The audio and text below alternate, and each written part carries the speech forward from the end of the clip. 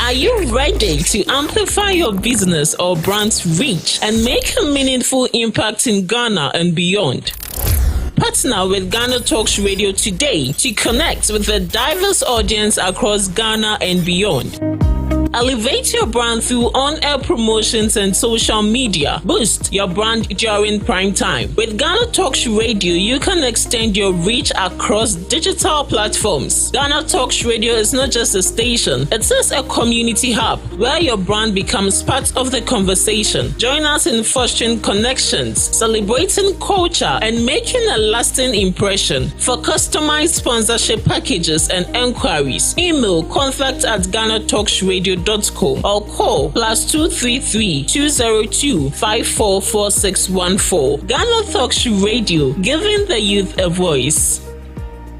What do you want for breakfast? How do you want your breakfast? English breakfast, French fries. Koko nikosi, alo komi kesheto. Wache. Well, Gobe is the real deal. Join us on GhanaTalks Radio. Let's serve you a buffet of breakfast. From news headlines review, current affairs to social issues. Entertainment, sports, and all the trending stories live on our mobile app and across all socials from Monday to Friday 7 a.m. to 10 a.m. With me, Pakwesi Omare, Regina Bless, Deborah Adoso, and I am Esinal Fiagbedu. This is GhanaTalks Breakfast Show. This is GhanaTalks Breakfast Show, your morning companion.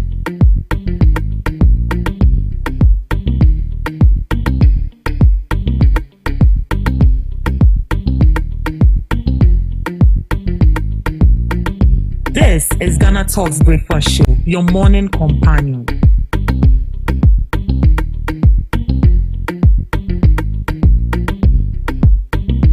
This is GhanaTalks Breakfast Show, your morning companion.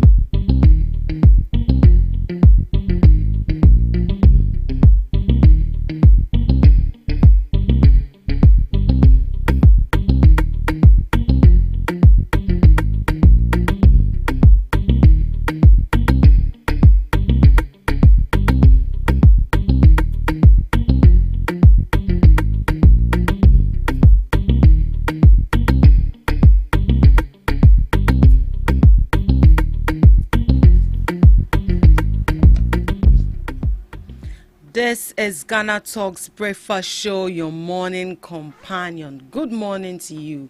You're welcome to the news headline review. Right here, we bring you all the latest headlines making waves in the news, from business to politics, from sports to entertainment. We got you covered with the most relevant stories and informed perspectives on issues that matter to you every morning right here on the show. My name is Ruth Esinam Fiagbedu, and I will be here with Ms. W. Adoso and Ms. Regina Bless. We'll be diving into the main issues. Good morning to you, ladies. Good morning. Hope all is well. We thank God. Right, let's dive straight into our news items for this morning. GJA petitions IGP over escalating threats to journalists in Boko conflict. The Ghana Journalists Association has raised alarm over what it describes as escalation threats against journalists covering the protracted Boko conflict, warning that the situation poses a serious risk to press freedom, public order, and national security. Addressing a press conference, GJA President Albert Jumfo said the association is gravely alarmed by death threats, incitement to violence, and imminent attacks targeting journalists in the Upper East region, particularly the Upper East Regional Chairman of the GJA, Albert Saul, over their professional work on the conflict. These threats are reckless, criminal, and deeply dangerous, not only to the lives of journalists, but also to public order and national security, Mr. Jumfo said.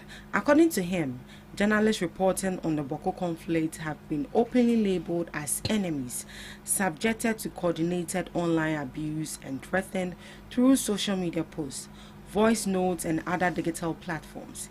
He warned that the growing atmosphere of fear and intimidation could easily escalate into mob violence if urgent action is not taken. The GJA president disclosed that The association has received a detailed incident report from Mr. Saul, explaining how a routine journalistic engagement was deliberately distorted by faceless actors to incite hostility and issue explicit death threats against him and other media practitioners. Mr. Jumfon noted that similar threats have previously been directed at other journalists covering the Boko conflict, pointing to what he described as a disturbing and reoccurring pattern aimed at silencing the media. While acknowledging some initial engagement with the Upper East Regional Police Commander, the GJA said the continuous threats suggest existing security measures are inadequate. The association is therefore calling for sustained police protection for affected journalists, expedited investigations, and the identification, arrest, and prosecution of all individuals and networks involved in issuing threats or inciting violence. So this is coming from the GJA president, Mr. Albert Chumfo. Miss Regina, what do you make of this?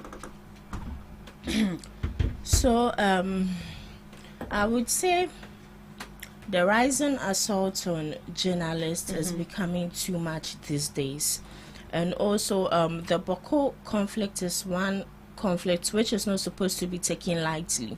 And we all know that journalists are the voice for the voiceless. They are for the people and for those who those who do not have the capa to voice out certain things. Exactly. Now, I wouldn't say I'm disappointed when it comes to GJA or the GJA president. But one thing I know for certain is if your people are going on grounds, especially if it's a danger zone, you need to make sure that you protect these people. You need to give them security, likewise, any other thing that will make these people at ease. You don't just come petition. Okay, you can petition the IGP because the IGP is the overall boss when it comes to our Ghana Police Service. Now, aside the IGP, what have you done personally as a president of the GJA? We've had instances of journalists being assaulted. Just yesterday, I saw Ghana Armed Forces bringing out a press release in regards to a military man assaulting a journalist. And also, just today, the GJA has given the fire service about 14 days to make sure that, it's becoming too much. So, are we waiting for one person or another person to die before they are serious about this issue? I'm in a media entity. If my manager is sending me to a danger zone, it is his duty to make sure that he provides enough security for me. And also, as journalists, I think it's high time we start standing up for ourselves. If where you are going is a danger zone and your company or whoever you are working under has not given you enough protection, you have the right to say menko. So either they'll sack you, suspension, whatever. Your life is more important. Your life is more important. Looking at the cases of some of the journalists who have been assaulted, these things are conditional. It can be prevented. If only they had enough security, no one would have dared touch them. But you see, I know most of these people know many are thrown to the fact that they are even attacking military men. So what are they putting in place? Also, as the GJA president, what is he putting in place to make sure that his people are safe? And also, it's up to the IGP to also deploy some, you can't say, even if out of all the police personnel, say even 15 pona or the mobile, I'm giving this police personnel 5 to this media house, 5 to this media house. If you are going to certain danger zones, they would go with you and protect you. I think it would help because the police service, they are there for the people. Yeah. Right. You mentioned that the president of the GJA hasn't done anything personally himself. What is required of him to do personally in issues like this? Okay, so it's not only about talking. Say we are here, something has happened, I'll be like, Q this, Islam this, there be this. It's not only about talking, it's making sure that you put measures in place. As the GJ, even if most of the times when you're a leader, it comes with sacrifices. Yeah. Sometimes you even have to dip your hands into your own personal money to make sure that your people are protected. And see our bouncers we call some people bouncers with degree. You can hide these people. So, oh, my people are going here. Go with them. But do you think that the president is actually aware of all the activities or the rounds of journalists that deploying these bouncers is actually going to put a stop to this? So I think it starts with the excuse me, it starts with the management, the media entity you are coming from. Ebiana, our manager would have to, if the you can't listen, the managers or the management board do not have the right things or do not have the right equipment to make sure that their people are protected. That is why we have a president. Tisiano say yakase yinsiomba. We the people, the best people we need to talk to is the water Ghana Water Company. If they also do not have the right things to do, then they talk to the president. That is how things are done. We have orders, step by step. You get me? Right. Miss Debbie, what can you say? Yeah, so I think with the life of journalists at rate, this is something we've been talking about consistently. That it's about time when you're going out or when journalists are going out to cover a very important occasions that involves, putting your life on the line. There should be some sort of protection for you. We have journalists who cover conflict. We have journalists who cover war. We have journalists who go deep down the drain just to get information. We saw the likes of some Joy News presenter being nearly killed. Yeah. Nearly killed.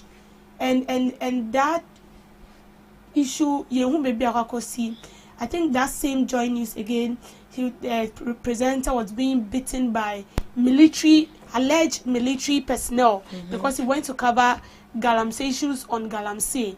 So when we talk about conflict, he is personally relating it to conflicts like Baku conflict and all that. Yes, those people we cannot just go there like that. The other time we were saying that there should be something like a bulletproof. If I don't know whether you've been watching this news, BBC, CNN news. When you're going to cover news that are so intense, they are well prepared. You see them going with, they are armed. You would think they are officers, but see, it is your own, for your own safety. So they wear safety gears, they wear protections, they wear things that will protect their life and also get the news. Recently, I think, was it this Russian-Ukraine war? Or no, Israel and Yeah. Is it America? No, is it Iran? Israel and Iran. I think Israel and in Iran. When they targeted a journalist. They targeted a journalist. And then I learned that they said some journalists were even killed. Yeah, it's no Casadodo. You see. So they had to silence her forever. It's very bad. It is your work. And someone might not like it. Let's even take this for instance, going out normally to talk to people. Sometimes immediately you tell the person that you're a journalist. I don't know how they feel. I don't know whether they feel you're coming to rob them, you're coming to kill them, you're coming to take your hair.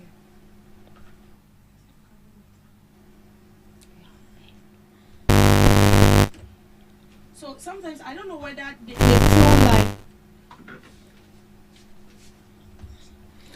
Right. So with the issue of journalism, I think it's high time that the government do something about it. And we've already heard President John Dramani Mahama say that he's a journalist himself. So whatever that he would do in his part to make sure that journalists are actually okay and protected, he is going to do it.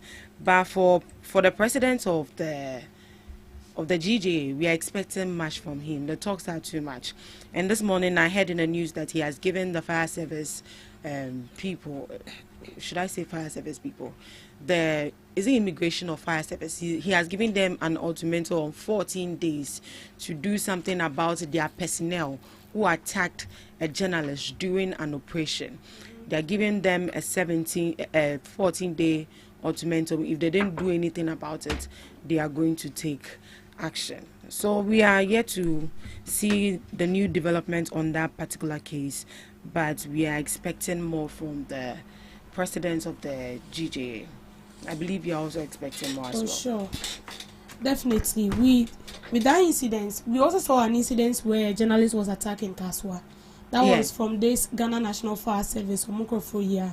So I feel like there should be something. You see, the more reason why we've been seeing people attacking us, and even people who are supposed to protect us attacking us, is because they've seen that there is no law. I don't know whether there is law backing that when you touch a journalist, you will be taken on. I'm sure maybe when you go to laws governing journalists in Ghana, and I'm sure Mr. Jumfo, right? Yes. I know there is a constitution and a law governing all that.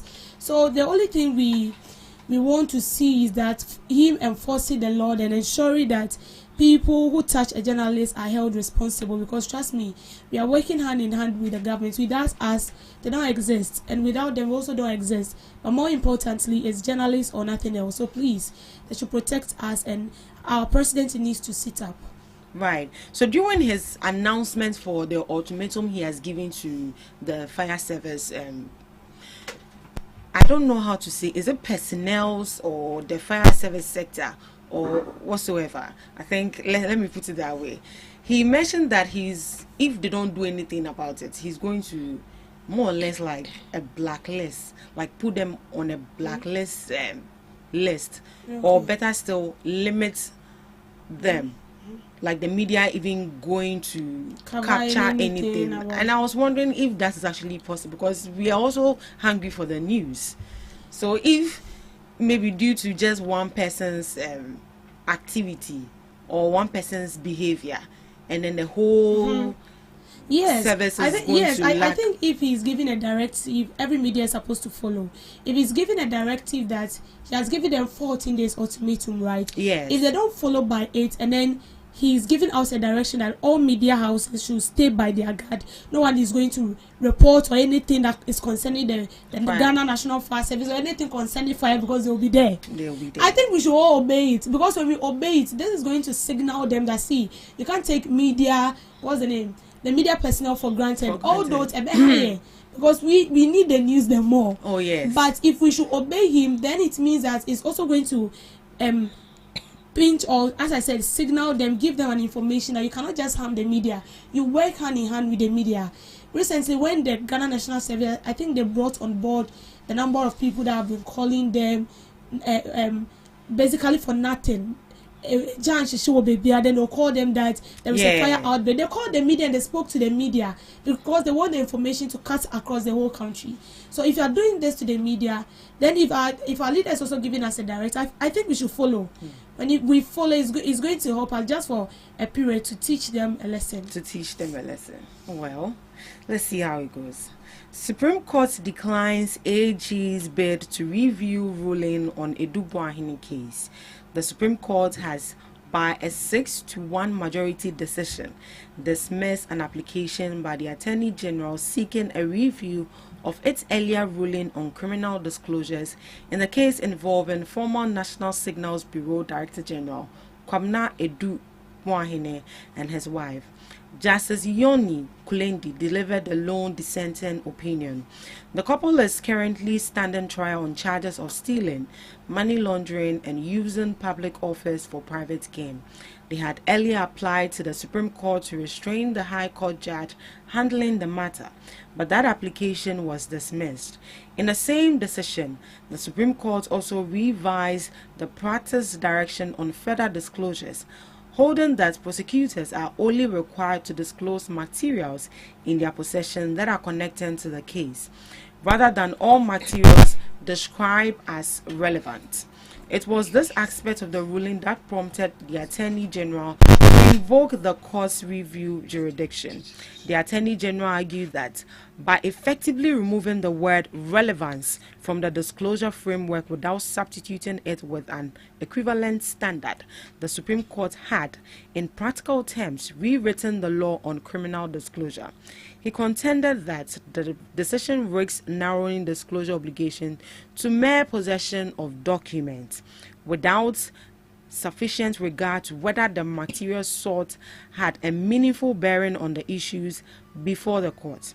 Represented by Deputy Attorney General Dr. Justice Ramsay, the Attorney General urged the court to either restore the word relevance in its ordinary sense or replace it with language such as connected with the matter before the court, in order to preserve the clearness between the requested materials and the subject of the trial. He maintained that without such clarification, such clarification regimen will be applied too restrictively to the determination of fair trial standards. However, the Supreme Court by a 6-1 majority rejected the application and declined to review its earlier decision. The court indicated that its full reasoned judgment will be delivered on 4th February.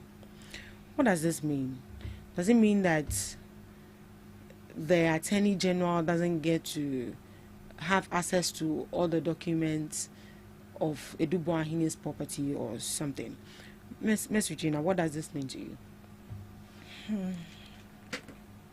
So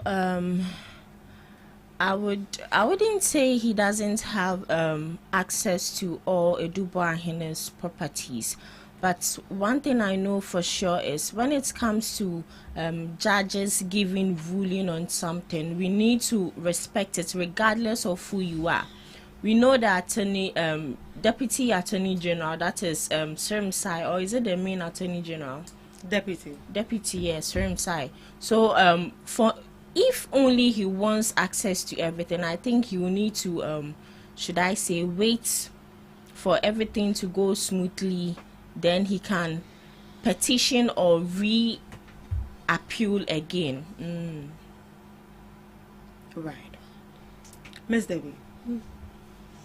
Yeah, so I think with this whole issue, for me, well, it's quite surprising though, because with the fact that we are still dragging this whole issue about Edubo Ahine and his wife with this, now it has become Deputy Attorney General versus Supreme Court versus Edubo Ahine and his wife. Because I feel like this issue should be something that should be dealt with without, delaying. But I feel like the law also takes time. What we see here and then we see is not the same thing that goes on in the law court. It has to do with a lot. They're going through having documents, going through dockets and all that. And I feel like when instances like this, we see instances like this, then it means that there is more to do. Because Dr. Swimsai is saying that the document they are bringing on board is like you bringing everything that is not relevant. You stated the word relevant in the statement. Yeah, it was actually the court that stated that relevance. Relevance, it was yes. like, if you mean relevant, what does it mean? Yeah. Then if that is what you are saying, then it means that if they are even bringing in something that is very important for you to look into, because you feel like it's not of relevance, like like it's useless. So you boycott it. So what you're boycotting has a very important information that you need to pay attention to. So I feel like when it comes to this law and people engage in it has to do with a law. Yes, Edubo Ahine and his wife, they're involved in criminal cases. Everybody is eager to see the tail end of this issue. Yes. But they're also what the court is trying to tell us is that this issue is not an issue that you just wake up today and tomorrow and it's being solved. It has to do with like a whole process. And that is what they are doing. So for me, I think the best thing I would say is that this shouldn't be an issue we should be dragging. It should be an issue that should be dealt with. If they are saying that there are more things that they are supposed to put in place or some things they are supposed to discard, right? Then they should do that. The only thing we are eager to know is how they are going to end this issue. How they are going to end this How they are going to end this issue. How well we are going to retrieve that money. And whether these people will be granted bail as usual. They've been granted bail already, but they're in their house. They are in the house, but the case is still in court. They will still be coming back. So what we are saying right now is that we are hoping and praying so hard that at the end of the day, even though they are granted bail, I mean, justice will prevail. And then they also on them no them. Sika was the engineer budget. It wouldn't be a waste of time. Right. But don't you think that it was bad for the court to use the word no relevance? Because they said, so Serum is saying that they should rather use a word like not connected Not to, connected, or connected yes. to. But if you say it's not relevant, you go and see, as you mentioned, you go and see a document that is not entirely connected to the Right. issue, but at least is of relevance. Hey, cotton. I'm sure this is the main reason why a lot of cases do not get to see the light of day, because I feel like some of the documents, they feel like, oh wait, what, like, what's the use, and then they discard it. But Ebiana, it contains relevant info that needs to be looked into. So I feel like, you know, sometimes when it comes to the court, you're supposed to be picky with your words. Yes. It's not like You're any right, other, using the right choice of words. The right choice of words. If not, assemble. So I think with what the Deputy Attorney General is saying, he's not wrong in any way. He's not. So the court should come again. Yes, they have to. Right. So on the issue of Bandai, I don't know if it's actually the final hearing, but we're also hearing that the majority will also go to court again to review this particular issue. But let's look into the story. Supreme Court quashes Tamale High Court ruling on Bandai poll.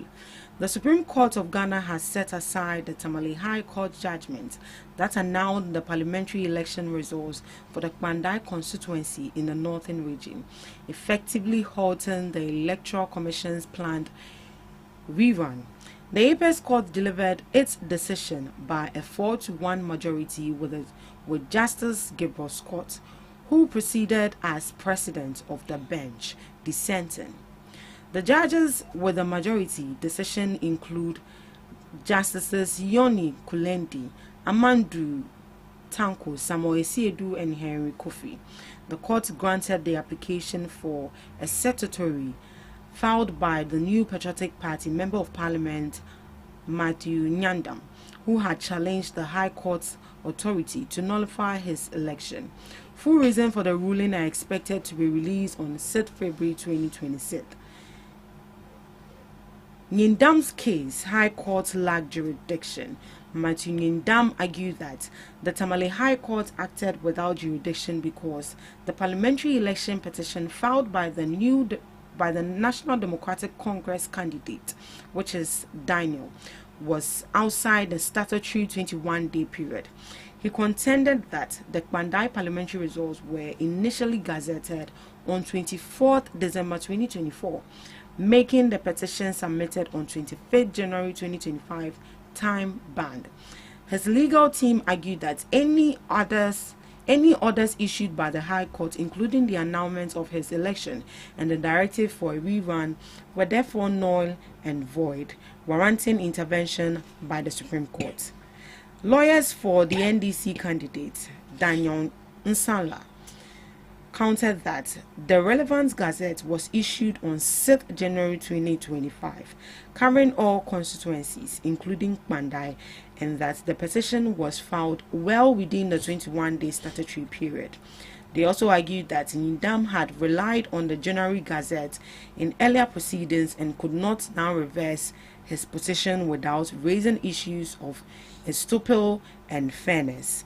The Electoral Commission has scheduled a rerun for 31st December following the High Court judgment, but maintained that multiple Gazette notification existed, reflecting different badges of constituency results. The EC's rerun schedule was put on hold pending the Supreme Court's ruling, with the Supreme Court quashing the High Court judgment. The planned rerun of Bandai parliamentary election has been halted, leaving Nyindam's parliamentary seat intact. Matthew Nyindam can thus return to Parliament as a representative of the people of Bandai. Ms. Gina, do you think that this is the end of this particular issue, or you think there's more to come? So far as majority would also want to battle this issue, then we should be expecting more. From the start of this, Mr. Matthew Nyindam's Bandai issue, we've heard a lot of things, and from the start, looking at Parliament, their proceedings, or looking at what they are supposed to do, especially when they want to declare a seat vacant, it needs to go through the clerk presents it to the speaker, then they deliberate on it, then after they present it to the electoral commission, the electoral commission also goes through it and sets a date for the rerun. But unfortunately, it didn't sit well with the minority. They had to take it to court and make sure that, should I say, they are on the winning side. I would always say that our government, or this new government, is a government for the people, a government who listens to the people. So I'm not surprised when it comes to the ruling, because I wouldn't say it's biased. I would say it's free and fair. But if majority thinks they are being cheated on, they also have the right to battle it, the same way Nyindam did not accept the ruling of the High Court in Tamale. So kudos to good luck to majority as they battle the case, and also I would say congratulations to Nyindam whilst it's last. Ebiana at the end of the other case, Ebiana Yasanji sits near Finisema. But for now, congrats. Ms. Davis, do you think that it's necessary for the majority to still go to court and review this case? In a way, it's not necessary. It's not necessary. They should just let it go. Because even if they lose that seat in Pandai, they are still carrying majority. They are still carrying the majority parliamentarians, okay? But don't you think that, sorry not to cut you, but don't you think that that is not what they are looking for? Like the number of seats increasing or something, but for the fact that it's fair. It's fair. Yeah. Oh, well, in a way, yes, but in a way, they still need that seat. They still need that seat. If they don't need that seat, I'm not sure they are going to sweat and be walking up and down 7 letters here and there. So I feel they need that seat too. NDC, where it stands now, do not even mind taking all the seats of the MPP. Even if there should be a by-election today, they are not going to step down. They are also going to contest and then ensure that they win that seat. But you see, I think this whole issue needs to be blamed on the EC. This is something that we should prevent moving forward. Okay, after election, whatever happens should be solved immediately. If we feel like someone has been cheated during election time and there have to be a rerun, let's just do it, and then not to wait for some period of months when the constituents are getting relating or relatable to the member of parliament that they've gotten. Then another person is bringing in a different issue, appealing to the court, appealing to the government to do something. No, there should be something that should be solved. So I believe that by now the EC should do her homework, pinpoint things she has gotten wrong. If God being so good and she's still retain her position as the EC, she should ensure that things of this sort shouldn't repeat again. And if God being so good on her side and she's being sacked, whoever comes in after her should ensure that things of things as such never happen again, because it doesn't speak well of us. Why should we finish election for 1 year, right? We've crossed 1 year, but this issue started somewhere, I think November, December before, or it was again September, November, December, and then it was scheduled for, I think, was it December? The re-election was supposed to be in December, and then they rescheduled it again till this year. And then the final verdict is that Matthew Nyindam still retains his seat as a member of parliament, and majority is Omonti Asieda. Since they said Omonti Asieda, they are going to, I know who they are. They are slow poison under green carpet grass. So I know fully well that they are going to go after this matter. But on a normal basis, yesterday I said something, I don't want to say it here, but on a normal basis, I feel like this is not something, they should just leave it for them. But you see, the issue now is that even the citizens in Pandai are complaining that the seat was not won by the MPP member of parliament. I don't know whether you saw that video. They were complaining that the seat wasn't won. Is a big confusing because you don't even know who to believe. That is because it. as it stands now, they have 2 dates of which they mentioned that this whole thing was gazetted. We have some in December and we have one in January. So right now, I think the court went with the one that was presented by Nindam. So what happens to the majority side? The majority side as well. So it's a bit conflicting. You see, that is why yesterday I was saying. Don't say it. Actually say it. Don't say But it. see, on a normal basis, I feel like they should just leave the seat for him to take over. If not, and they go, far beyond what they're supposed to do, well, there are interesting days ahead. There are interesting days ahead. But anyway, we are wishing the majority all the best. All the best. If they think that reviewing this case again is going to amount to any positive results, why not? They just take it on. But there have been words or there have been comments that the probability that they'll win it is scarce. It's not. Yeah. It's There very is nothing slim. too hard for God to do. What the God you bring? There is nothing too hard for God to The do. law is the law. The law is the law. I know. The law is the law. Thank you so much for joining us on the news headline review. Up next, we have Today in History with Ms. Regina Bless.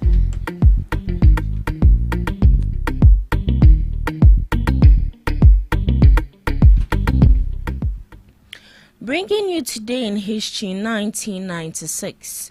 France stops nuclear testing. French President Jacques Chirac announced an end to France's nuclear testing program following a final controversial series of tests in the South Pacific. This decision marked the permanent closure and irreversible dismantling of the Pacific Test Center on Mururoa and Fangatuafa atolls, leading to the ratification of the Comprehensive Nuclear Test Ban Treaty. 1954, birth of Oprah Winfrey. Oprah Winfrey is an iconic American media executive, talk show host, actress, producer, and philanthropist.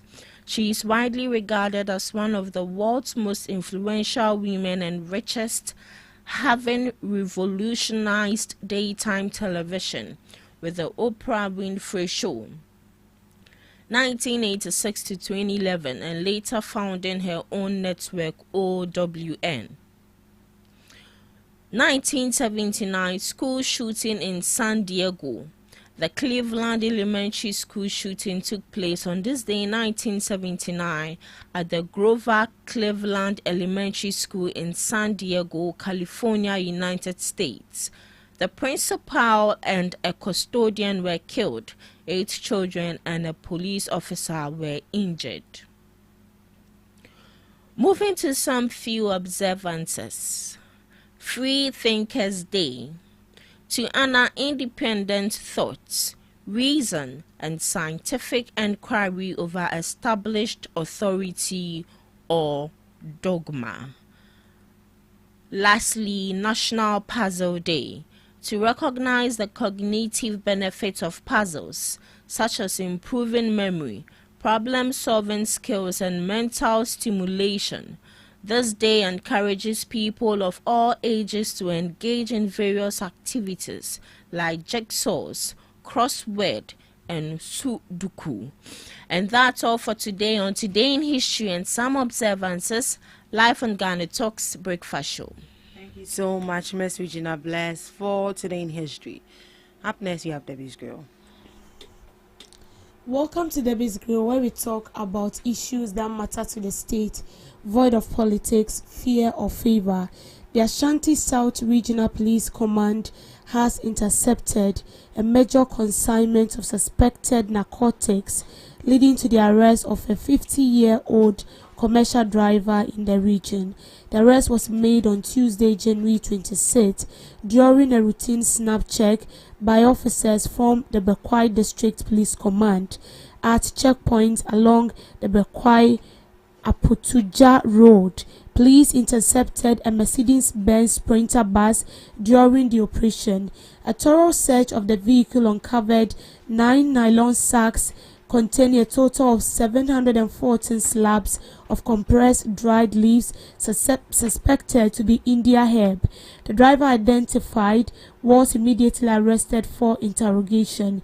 During questioning, the suspect told the police that the substance were handed over to him by a unknown individual at KJTR lorry terminal in Kumasi and were to be delivered to another unidentified person in Obuasi for a fee of 600 Ghana cedis. Police says the suspected narcotic substance have been retained to aid ongoing investigations, while Mercedes-Benz printer bus has been impounded. The suspect has since been arraigned before court. Addressing the media, the Ashanti South Regional Police Commander, BCOP Joseph, reaffirmed the police service's commitment to clamping down on drug trafficking and other criminal activities across the region. How did we get here as a country? This is very, very sad, because in every week there will always be an interception of drugs. And sometimes I ask myself, how did those drugs got itself into the country? Mind you, this is not funny, but drugs do not have legs. Drugs, they are not humans, they don't have connections. They are being brought in here by human beings. And sometimes I wonder what those security personnel that have been assigned to our borders, I wonder what they are doing there. Because sometimes it's baffled my thought. See, it's true, we need to applaud them, because in a way they are doing their best. Because I am sure they with intelligence, they were able to arrest this driver. And I got to know that he was carrying 9 sacks of India herbs. These are things that are being imported. These are even the ones we are able to, intercept and take them. What of the ones we don't see? What of the ones that are being smuggled secretly into the country? And people are selling it. The most painful aspect is that the age groups who fall victim are the youth. If 90% of our youth are indulging in drugs, then what is the future of Ghana in the next 20 years? Let's ask ourselves. Every week, I've never seen a week where we don't see in the news that they've arrested a truck carrying about 100 bags of India herbs. There is not a single week. Every week. It tells us that these people keeps, importing drugs into the country.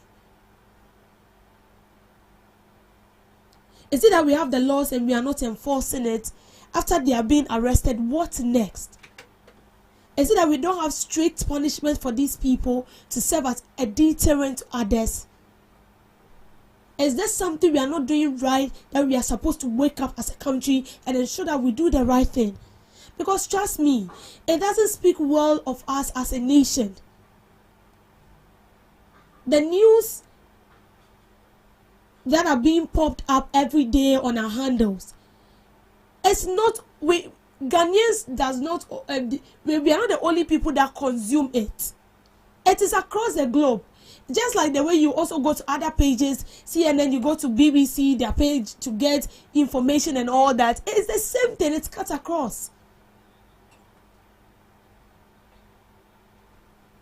Let's not be surprised. The time to come will be not by a country that, are so much indulged in drugs. It's not good. It's not good because we are on the globe. We collaborate with other countries. And trust me, for an investor to come into the country, and for other nations to collaborate with you, they pay attention to some key notes. They do not just wake up because they have the means. No. Yes, we know that security personnel, they are doing their best. But a lot needs to be done. We need to collaborate with international security personnel as well. The Interpols. We need to. Just like the way we've been seeing it in movies. Sometimes you see as they've ordered drugs, let's say from other countries to this place, security personnel in Ghana. They will call you and notify you that they are bringing 10 bags of cocaine, they've taken this route, they are here, they are there. And so by the time they get in here, securities from this place are already at the hot point waiting for these people to arrest them and take those drugs. If this India herbs are something that is good, I'm not sure there'll always be a case where they are being arrested and sometimes these herbs are being burnt into ashes. But the issue is, because I've seen that all the measures we've tried, it's not working. Because even if it's working, there should be a decline on the number of cases that have been reported every day, or the number of cases we get to see every day with drugs. How red got into Ghana, no one knows. How red that drug, how it got here, no one knows. The only thing we got to know that there was a drug called red and youth were abusing it. To the extent that you could see a vibrant youth standing there like a statue, a robot, not shaking, no moving. And we say it's funny, we laugh about these things, but it's not funny. We need to take certain things so serious. It's not funny at all. Sometimes they stand in the middle of the road and they've forgotten that their life is at stake. And they are dozing. This is how serious this issue is. Now, I think the abuse of red has declined. But they are bringing new ones on board. They are bringing new ones on board. And I think one of the languages the youth of nowadays understand is drugs. They feel drugs can cure their anxiety, it can cure their depression, it can cure their sadness. In fact, drug is everything to them. That is how they see it. Why they indulge in that is their personal issue. If you go to interview them, most of them will give you a lot of excuses. They'll give you a lot of reasons why they indulge in drugs. Why would they indulge in drugs when every week there are importation of drugs in the country? Who are importing these drugs? This is a question we need to ask ourselves. The driver we are arresting is good. We have arrested the driver, yes. But who imported it? Because it was someone who imported those drugs into the country. If you listen to the statement clearly, the drugs that this India herb was handed to the driver by unknown individual. Just say, and as a normal human being, why would you take something? I don't know whether he knows the name and intentionally he doesn't want to mention it. But when he gets there, the torture will make him speak. Whether he knows the name, I'm sure he's going to mention their names. But on a normal basis, as a normal human, someone is giving you a package of goods to deliver, and you don't know the name of the person. And the person is telling you that deliver a goods to so and so. Maybe the person is at Tema Committee 3. And the person has given you, whoever you are going to deliver those herbs to, his name, his number, the location and everything. And you tell me that the person who gave you that drugs, he's a ghost. You don't know his name and you also took it. No. So it means that there are people behind this. There are people importing drugs. Some time ago, allegedly, we heard that even some government officials are behind it. They import those drugs in the country. If they're not making profits, they will import it. They import it because they know that people are taking it. And they don't care. You see, it's better we solve it, because when we don't solve it, you might feel like Nipa no fair drone, so on a boost. That is fine. On a boost, so now think he came one. He will come to your house first. He will start from your house. Because you bring in the drugs, he takes it. And then when he has a mental torture, when they want to rob, they'll go to those houses, those fancy houses and all that. They will follow you. They will kill you first. They will take your money first. So the earlier we solve this, the better for us. We need to strengthen our borders. We need to arm this security personnel. I think, was it in the course of the week, a colleague was telling me a story where he said they used to travel to this country. You know, when you're going to Togo, there is a border. You go and they go to other countries to buy stuff and all that, and they import it to Ghana. And sometimes allegedly, most of these police officials change their clothes into armed robbers or whatever it is, and they attack these people, take their phones, take their monies, take whatever it is. And allegedly, I was told that sometimes they collaborate with even these people that import the drugs into the country. So if we have these people mixed up with people who are willing to do the work, how are we going to stop this whole issue? And the man who was involved, what they do is that when you get closer to them, they take your money, they take everything, and I mean they allow you to go scot-free. But if you're not willing to abide by their rules, they will either kill you or they beat you. And as I said, what I was told, allegedly, they change their clothes and they wear something else, like impersonating armed robber or an evil person. They take it so you don't get to know. But in the course of doing that, also sometimes most of these passengers are stubborn enough. So, and then what they were wearing on top dropped, so you could see the badge. And because they don't want this man to speak, I mean, but neni su ni abono, ye buneni swama. Up to now, the man has eye problems. He has eye issues. So anytime the sun is hot and all that, he feels so difficult. So you see, these are things that are going on in our borders. See, let me be sincere to you. Our security personnel, they are good. They are doing their best, from the police to the immigration to the soldiers. In fact, kudos to them. They are doing good, but there are bad nuts among them. They are bad nuts among them. As the man was saying, allegedly, I wasn't there. But as he said, even police officials change their clothes to run from these people, to collaborate with these same people and allow those drugs in the country. And we have the good ones within them who are working tirelessly to ensure that those drugs are not being brought in here. And once those people are trying their best, the bad nuts within them are making their work so difficult. And we are seeing what we are seeing today because we recruit people without doing background research. We have armed robbers in the security personnel. We have people who are not supposed to be there, but they are there because of connections. And that is why we see what we are seeing. I remember those times, they will do a background research without your knowledge. I don't know whether they are still doing it. They will check your background, how you behave, how you conduct yourself. They will do all that. You just be in the house and they'll call you. I'm sorry. Or congratulations. You have been recruited. Simple. But now I don't know. Tell me why a police would take a gun and shoot a taxi driver. Tell me why, whether she's a police, whether she's impersonated to be a police, no one knows. But tell me why someone who is supposed to protect the citizen is doing such a thing.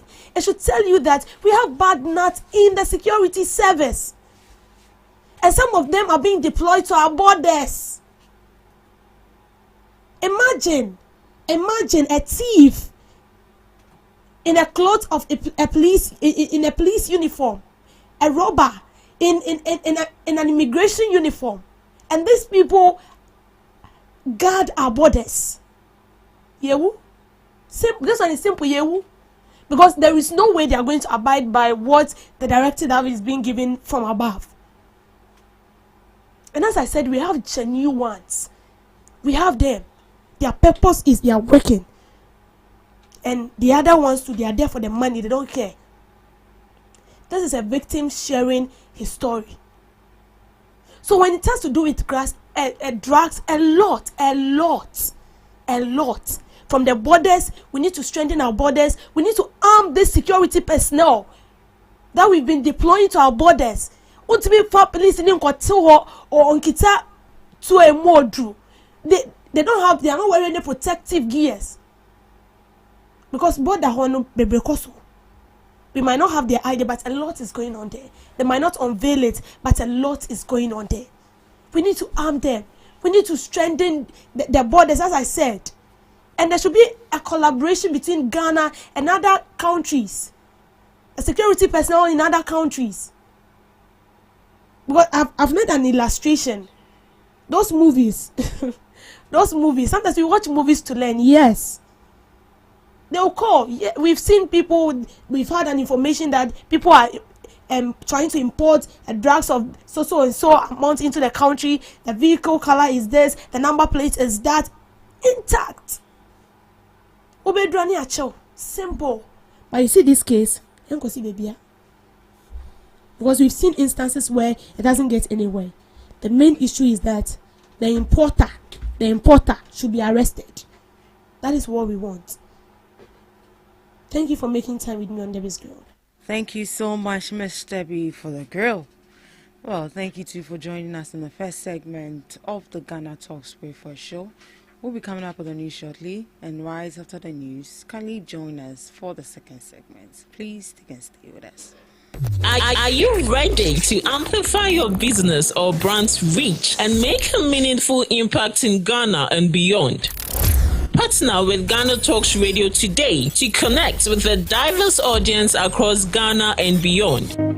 Elevate your brand through on-air promotions and social media. Boost your brand during prime time. With GhanaTalks Radio, you can extend your reach across digital platforms. GhanaTalks Radio is not just a station, it is a community hub where your brand becomes part of the conversation. Join us in fostering connections, celebrating culture, and making a lasting impression. For customized sponsorship packages and enquiries, email contact@GhanaTalksRadio.com or call +233 202 544614. GhanaTalks Radio, giving the youth a voice.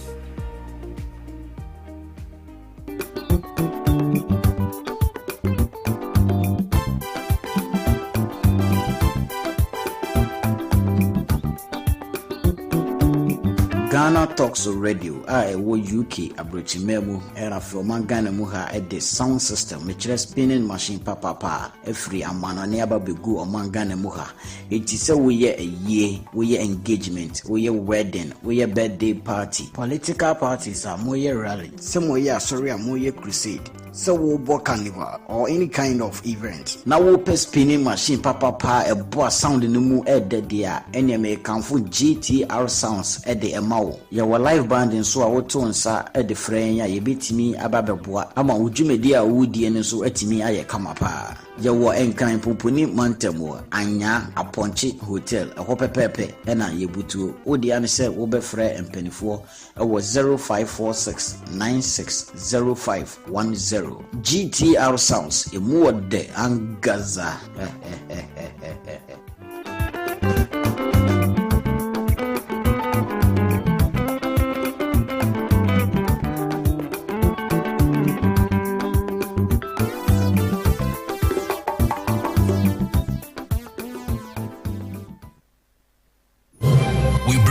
News, business news, international, sports and entertainment news. Right here on GTR.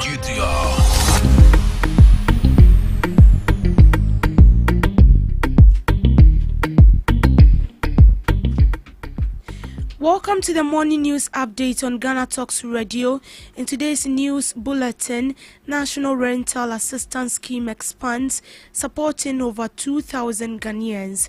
Commander residents voice concerns over Cape Coast Takrady dualization project. Bank of Ghana cut interest rate to 15.5% as inflation eases. Australia supports menstrual health initiative in Ghana. Bank of Ghana gold reserves slide to 18.6 tons despite 21 billion export boom. There is and many more coming up your way shortly.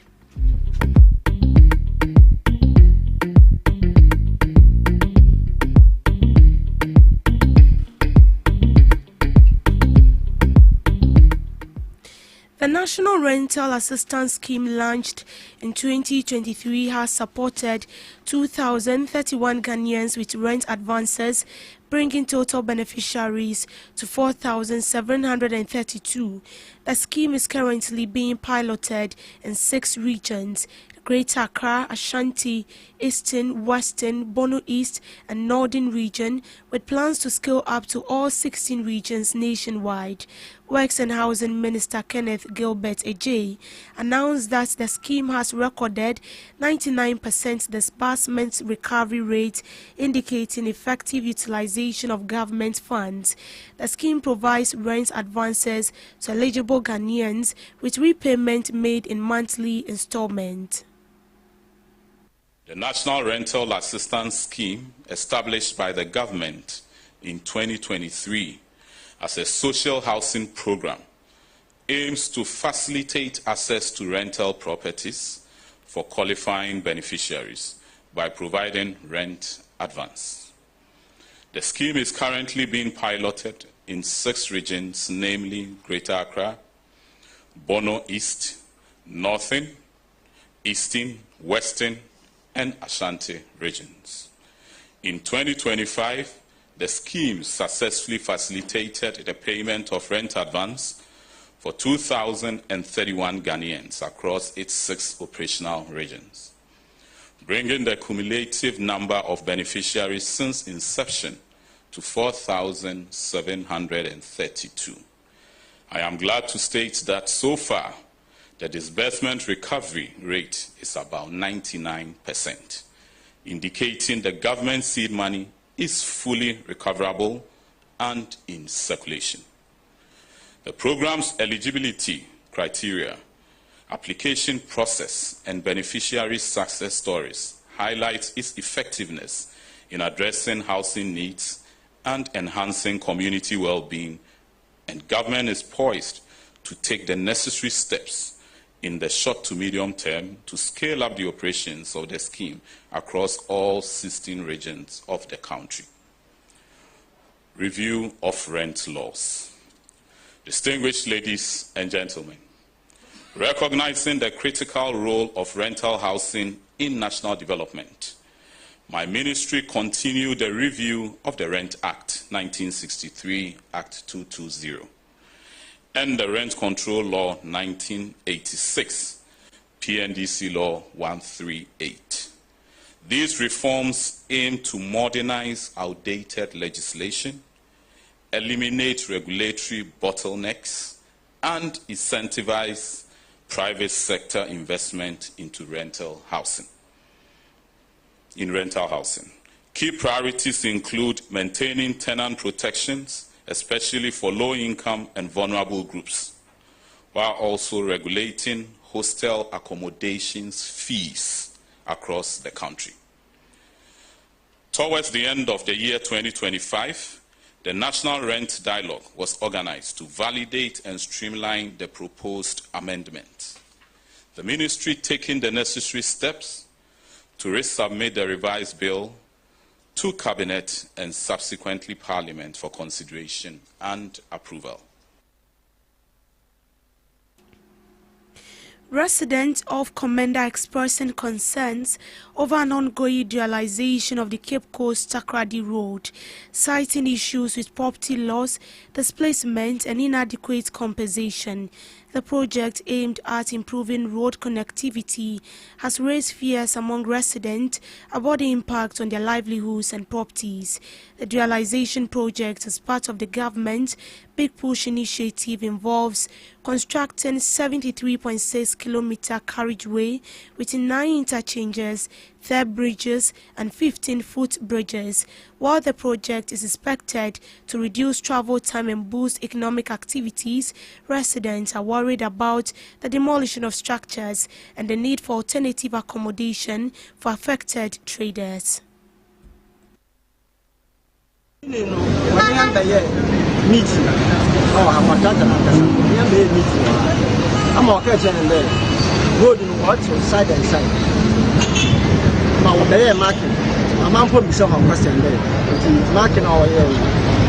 na se kyerɛ dɛ na ɔso ebi a wɔama ka egu no ɔngu hɔ but ɔbɛtew from the middle to ebi a ɔpɛ no ɔbɛyɛ 150 meters ɛyɛ nyinaa yɛ taa ase all of a sudden ɔha na ɔba market another market highways bɛyɛ ɛni market nti yɛ frɛ highway regional director Cape Coast yɛ frɛ no ɔsi market na wabɛyɛ no onim ho hwee because ɔkɔ holidays na ɔmbɛyɛ onim ho hwee sɛ road highway regional minister highway regional director dɛ onim ho hwee na highway so waba market na yɛde ho ayɛ nkyɛn ase 2 ɔbɛyɛ dɛ ɔbɛtɛ na ase maa no fɛ contractor ɛnɛ ne kasa yɛ ɔka kyerɛ m dɛ market na wabɛyɛ no highway fo na ɔbɛyɛ ɔn onim ho hwee but one day the first one na ɔbɛyɛ no sɛ highway fa bɛyɛ new market yɛ a onim ho hwee nti yɛn nkyɛn ase yɛpɛ dɛ road minister ɔbɛm so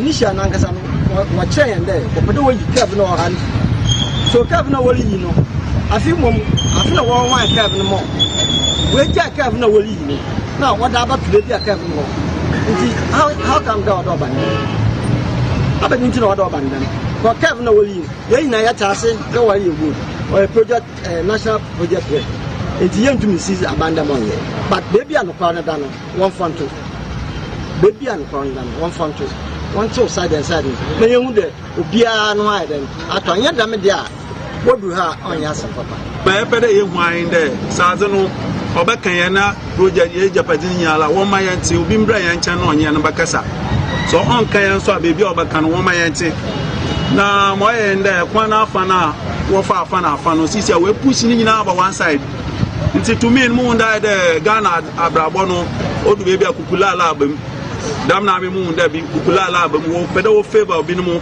na wɔde obi no mu de waka obi no mu hyɛ ano na anapɛ yɛn nyinaa yɛ asɔre yɛ gyina dɛ no wɔma yɛn te bibi so ɔnte dam da contractor na ɔba da te dɛ odu fa yɛn nyinaa yɛ do na asam ɔde na asam kɔ. The Bank of Ghana has reduced its monetary policy rate from 18% to 15.5%, marking a significant shift in the country's monetary policy. Governor Dr. Johnson Asiama announces 250 basis points, citing improving domestic and global macroeconomic and easing inflationary pressures. This decision is expected to make laws cheaper and encourage investment, supporting economic growth. The inflation rate fell to 5.4% year-on-year in December 2025. The policy rate reduction also aims to improve credit conditions and support investment, especially in productive sectors of the economy. Improved financial intimidation. The latest forecast and 6 months ahead survey-based inflation expectations, which we monitor, these indicate that headline inflation is broadly expected to be within the medium-term target, barring potential spillover risks from upward adjustments in utility prices and commodity market volatility. GDP growth is expected to remain strong in 2026, with the output gap narrowing. While this may introduce moderate demand-side pressures, the committee, that's the MPC, judged that current monetary conditions do remain tight relative to prevailing inflation dynamics. Sustaining Ghana's macroeconomic gains will hinge on disciplined fiscal policy, strong policy coordination, and targeted agricultural interventions to contain food inflation while remaining vigilant to heightened geopolitical tensions. Based on the foregoing considerations, the committee, the MPC, by a majority decision, voted to lower the monetary policy rate by 250 basis points to 15.5%. The committee will continue to monitor developments closely and take appropriate policy actions to ensure that the gains from macroeconomic stability are You heard from the Governor of the Bank of Ghana, Dr. Johnson Asiama. Australia's High Commissioner to Ghana, Bernice Owen Jones has emphasized the significance of access to sanitary pads for schoolgirls.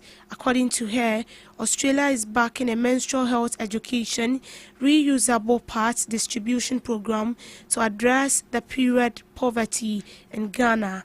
The initiative aims to provide reusable sanitary pads to schoolgirls in promoting health education and dignity. This move is also expected to reduce absenteeism and improve academic performance among girls. A direct aid program project for the distribution of free recyclable sanitary pads for schoolgirls in this community. It was a delightful event. Many of the schools were here, and this is an important project because it addresses a fundamental issue for young women here. The issue of having access to sanitary pads so they don't have to stay away from school 5 days every month, and they can pursue their education in a safe, dignified way. So we are delighted to contribute to that, working with the Yehu Foundation, an Australian social enterprise. And it's a fantastic project because at the same time it's using products from landfills. So it's got this dual purpose. It's environmental. It's got an environmental purpose as well as an important social one. At the Australian High Commission, we're always delighted to work with young women and girls. It's a key focus of our foreign policy and our development goals. And last year we were very proud to support 18 such programs focusing on the well-being of women and girls here in In business, the Bank of Ghana's gold holdings declined sharply in the final quarter of 2025, falling to 18.6 tons at the end of December from 37.1 in September. According to the official data released on January 28th, the figures contained in the Central Bank's Summary of Economic and Financial Data for the period ending January 2026 shows the steep drawdown occurred during a period of rising global bullion prices, with gold crossing 5,000 per ounce mark on the international market. Despite the reduction in official reserves, gold exports reached 21.0 billion as at December 2025, accounting for over 2/3 of Ghana's total export receipts of 31.1 billion, underscoring the metal's continuous dominance in the country's external trade. The data suggests a change in the utilization of gold accumulated under the domestic gold purchase program, which had driven a significant build-up in reserves over the past years. The drawdown may reflect efforts by the central bank to support the Ghana cedi and manage domestic liquidity conditions amid broader macroeconomic adjustments. After the decline, gold holdings remain above 8.78 recorded in early 2023, though the scale of the late 2025 movement highlights the role of gold not only as a long-term reserve asset but also as a liquid instrument in short-term economic management. To sports, former Ghana international Laye Kingston has revealed his desire to manage a first team at a major tournament within the next 5 years. The 45-year-old has worked as a youth coach over the years, including with the under-18 side of Danish club and Ghana's under-17 side, the Black Starlet.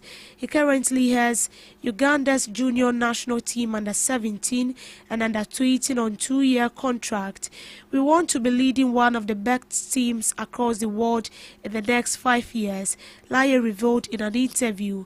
He also opened up about his readiness to coach the senior national team, the Black Stars, if the environment is right, he said. Also, the Confederation of African Football is expected to deliver its verdict on the chaotic final of the 2025 African Cup of Nations within the next 48 hours, following a disciplinary hearing involving the Senegal Football Federation. In a statement issued on Tuesday, the Senegal FA confirmed that officials of the federation, including head coach, appeared before CAF's disciplinary committee to respond to issues arising from the closing moments of the final between host Morocco and Senegal. Confirming its appearance before CAF, the FSF said Senegalese Football Federation informs the national and international public of its appearance before the disciplinary jury of the Confederation of African Football. It explained that the hearing followed report from match officials and a formal protest by the Moroccan Football Association after the final of the tournament. This procedure follows the reports of the match officials as well as the objection lodged by the Royal Moroccan Football Federation at the conclusion of the final of the Morocco 2025 African Cup of Nations. According to the release, CAF's disciplinary body has since taken the issue under consideration. The disciplinary panel has taken the matter under deliberation and will notify its decision within 48 hours. The continent football governing body also added that disciplinary process were already underway. Both parties have now appeared before CAF's disciplinary committee with a final ruling expected later this week. On international update, China's role as a leading financier to developing nations has shifted over the past decade, with new loans to poorer countries falling sharply while debt repayments continue to rise, according to analysis released by One Data. The inaugural report by the One Data initiative found that many low and middle income countries, particularly in Africa, now pay more in debt to China than they receive in new financing from the world's second largest economy. The swing has coincided with a surge in net financing from multilateral institutions, which have become the main source of development finance globally once debt service outflows are taken into account. Multilateral lenders increased net financing by 124% over the past decade and now provide 56% of net flows, equivalent to 379 billion between 2020 and 2024. Africa has experienced the most dramatic reversal in Chinese finance. It went from receiving 30 billion to paying 22 billion, a 52 billion swing. Africa has experienced the most dramatic reversal in Chinese finance. It went from receiving 30 billion in 2020 to 2024, the most recent period for which data is available. Africa saw the largest impact with an inflow of 30 billion in 2015 to 2019, turning to an outflow of 22 billion. The data does not include cut that took effect in 2025, the closure of the U.S. Agency for International Development last year, and a drop in allocation from other development countries. Once 2025 data becomes available, it is likely to show a large drop in official development assistance flows. He said the trend was a net negative for African nations as many governments face difficulties funding public services and investment. The report also highlighted a broader decline in bilateral finance flows and private external debt.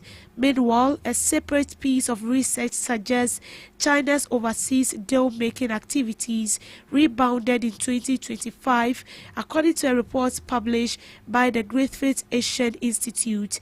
The study found that deals for China's Belt and Road Initiative reached record levels of 213.5 billion, including 128.4 billion in construction contracts and 85.2 billion in investment, with Africa emerging as the largest recipient. Initially aimed at linking East Asia and Europe through physical infrastructure, the initiative has since expanded to regions including Africa, Latin America, extending Beijing's economic and political influence over the past decade. And that's a wrap on the morning news update. Do want to log on to our website at www.GhanaTalksRadio.com for more news stories. I am Deborah Dawson. Thank you so much for staying tuned. Do have a good morning.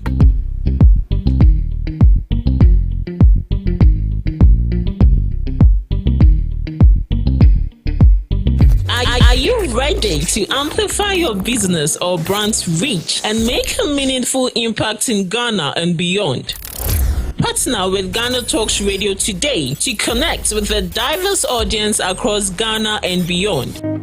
Elevate your brand through on-air promotions and social media. Boost your brand during prime time. With GhanaTalks Radio, you can extend your reach across digital platforms. GhanaTalks Radio is not just a station, it is a community hub where your brand becomes part of the conversation. Join us in fostering connections, celebrating culture, and making a lasting impression. For customized sponsorship packages and enquiries, email contact@GhanaTalksRadio.com or call +233 202 544614. GhanaTalks Radio, giving the youth a voice.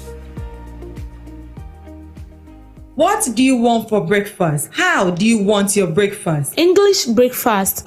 French fries. Koko nikosi alo komi kesheto. Wache. Well, Gobe is the real deal. Join us on Ghana Talks Radio. Let's serve you a buffet of breakfast. From news headlines review, current affairs to social issues, entertainment, sports, and all the trending stories live on our mobile app and across all socials from Monday to Friday 7 a.m. to 10 a.m. With me, Pakwesi Omare, Regina Bliss, Deborah Adoso, and I am Esina Ofiagbedu. This is Ghana Talks Breakfast Show.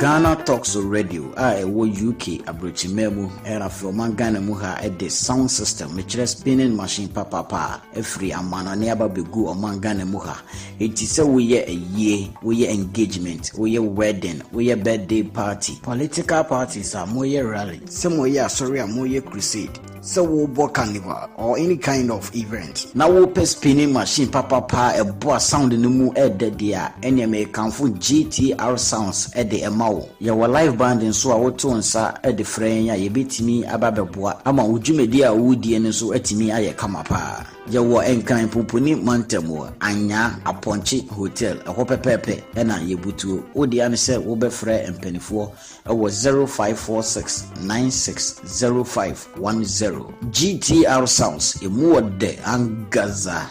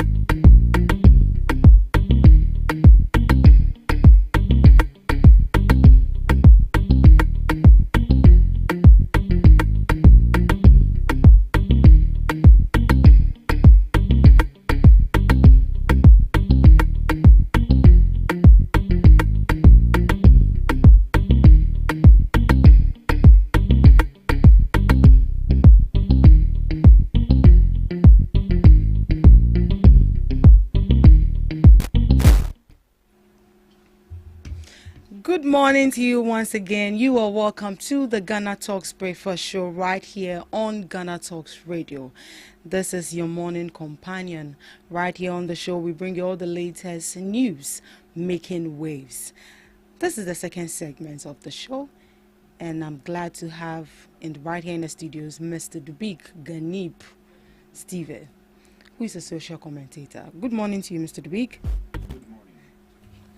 How are you? I'm good, and you? I'm fine. You are welcome. Thank you. So I should have added Mrs. Siname. You said good morning, Mr. Dubik. I should have also said good morning, Mrs. Siname. Come here, Snam. I shouldn't add a mess. No, please. Okay. When I become a Mrs., that one is called. I'm not saying Mrs. And I'm saying, and I'm saying that the miss right now, I don't. Yeah. And is it any? Oh, pay Miss Siname, can sister. So you gonna be sister what? Just Stacy now. Oh, you maintain a mess like that. Okay. And ma'am.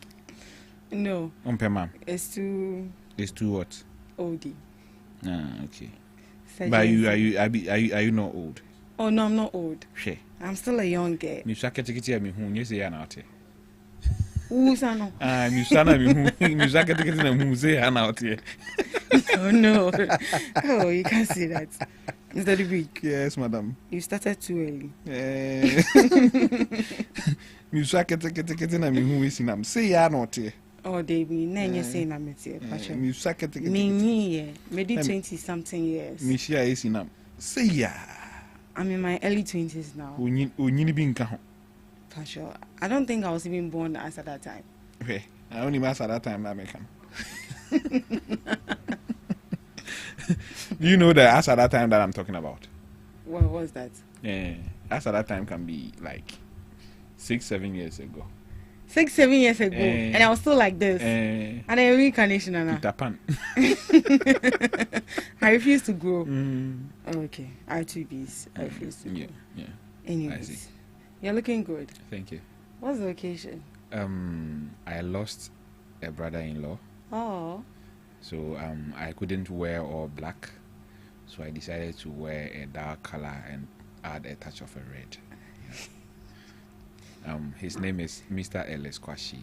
Okay. He passed away 3 days ago. 3 days ago. And then I want to use this opportunity to extend my condolences to the Kwashi family and the Baroque family.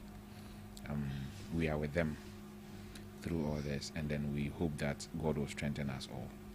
Amen. Amen. So sorry for your loss. Thank you. We pray God strengthen you. Amen. But anyway, you're looking good. Thank you. I love your hat. Yes. Come and buy some for your man. No, my dad. No, my man. I don't have a man. You know, hey, I need a woman. Hey, you want minority to come for me? I don't have a man. I have my dad. Okay. So maybe my brothers. No, your dad. It will look good on Ifo. No, but it will look good on CD too. Who is CD? You and CD's fight. I don't know that man. You and CD's fight. I don't know him, and I'm sure he also doesn't know me. Okay, I'll send him this video. Who is CD? I only know Bismarck. I don't know CD. Okay. I hear. Okay. Good. Anyway, let's get into it. Yeah. So how are things? How's the weekend for you? The weekend has been good. Throughout the week, it's been stressful, but it has been good. From the beginning of this week, I've been getting home very late, so I've been having little sleep. So, but yeah, I was born a man, and I understand these things. So it's normal. It's normal. It's actually part of life. Yeah, you know. Right. Let's look at what is trending. So there's been a trending video. I believe you've also seen it already. There's been a trending video of a journalist who spoke rudely about the passport that was given to Aisha Speed. There have been people saying that she spoke her mind and there was no need for her to come and apologize. But before we go into her choice of words she used, was it necessary to give Aisha Speed a Ghanaian passport in the first place? It is very necessary. Very, very necessary. Why do you think it's necessary? See, the subscribers on that guy's platform alone is more than the population of Ghana. More than the population. Yes, he has 50 million subscribers. Yes. On YouTube alone. No? Yes. Not talking about his X account, just YouTube alone. 50 million people. When he went live in Accra, as of yesterday, 4 million people had watched that live. Just 2 days. 4 million. Do you know the population of Accra? It's a little over 5 million. Just Accra alone. Just Accra alone, a little over 5 million. So comparing, like, let the video stay online for a week, it will surpass the population of Accra. The people who watch the video will surpass the population of Accra. Imagine if you have 1% of that population taking interest in Ghana and deciding out of the 1%, even 0.1% out of the 1%, coming down here to invest, buy properties, even tall Ghana. You see, sometimes people don't actually do critical thinking before they say certain things. You see, tourism. Do you know how much we get from tourism? No. Enormous. Didn't we get some billions of dollars when we did the year of return? Yeah, we did. That is, then, VAT alone, when the tourists come to Ghana, when they buy a bottle of water, there's a component of VAT on the bottle of water. When they sleep in a hotel, there's a component of VAT in the hotel they sleep. If they pick an Uber, they pay VAT. VAT is the third highest tax handle that gives Ghana money. Third.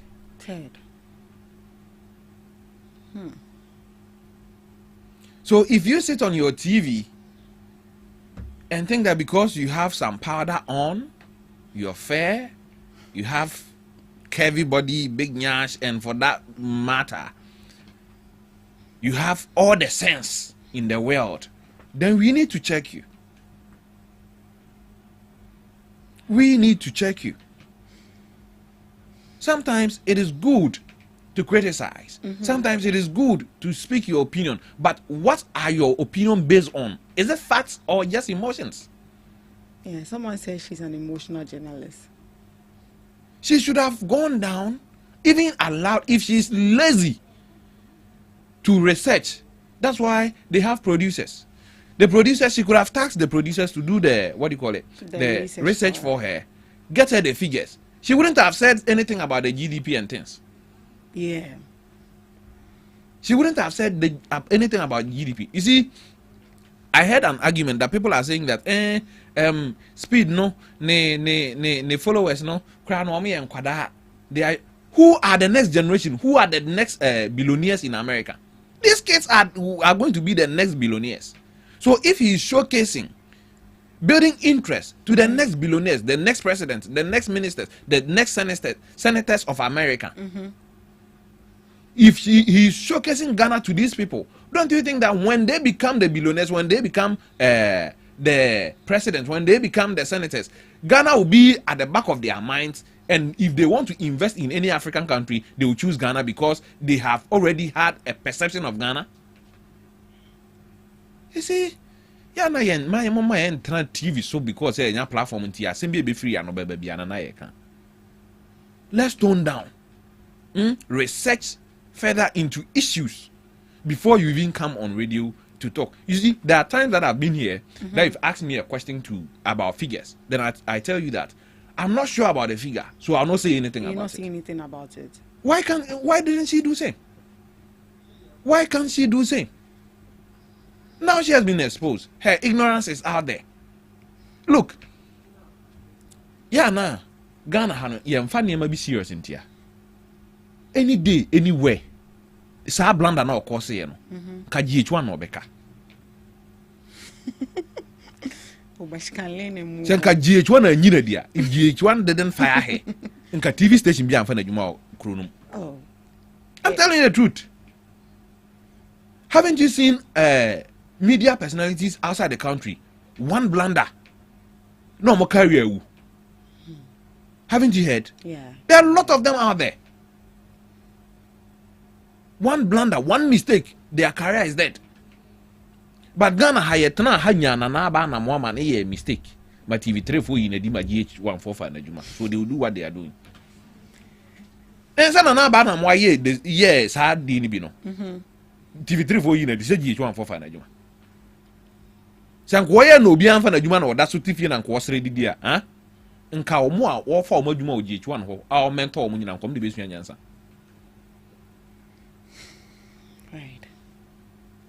It wasn't right what she said.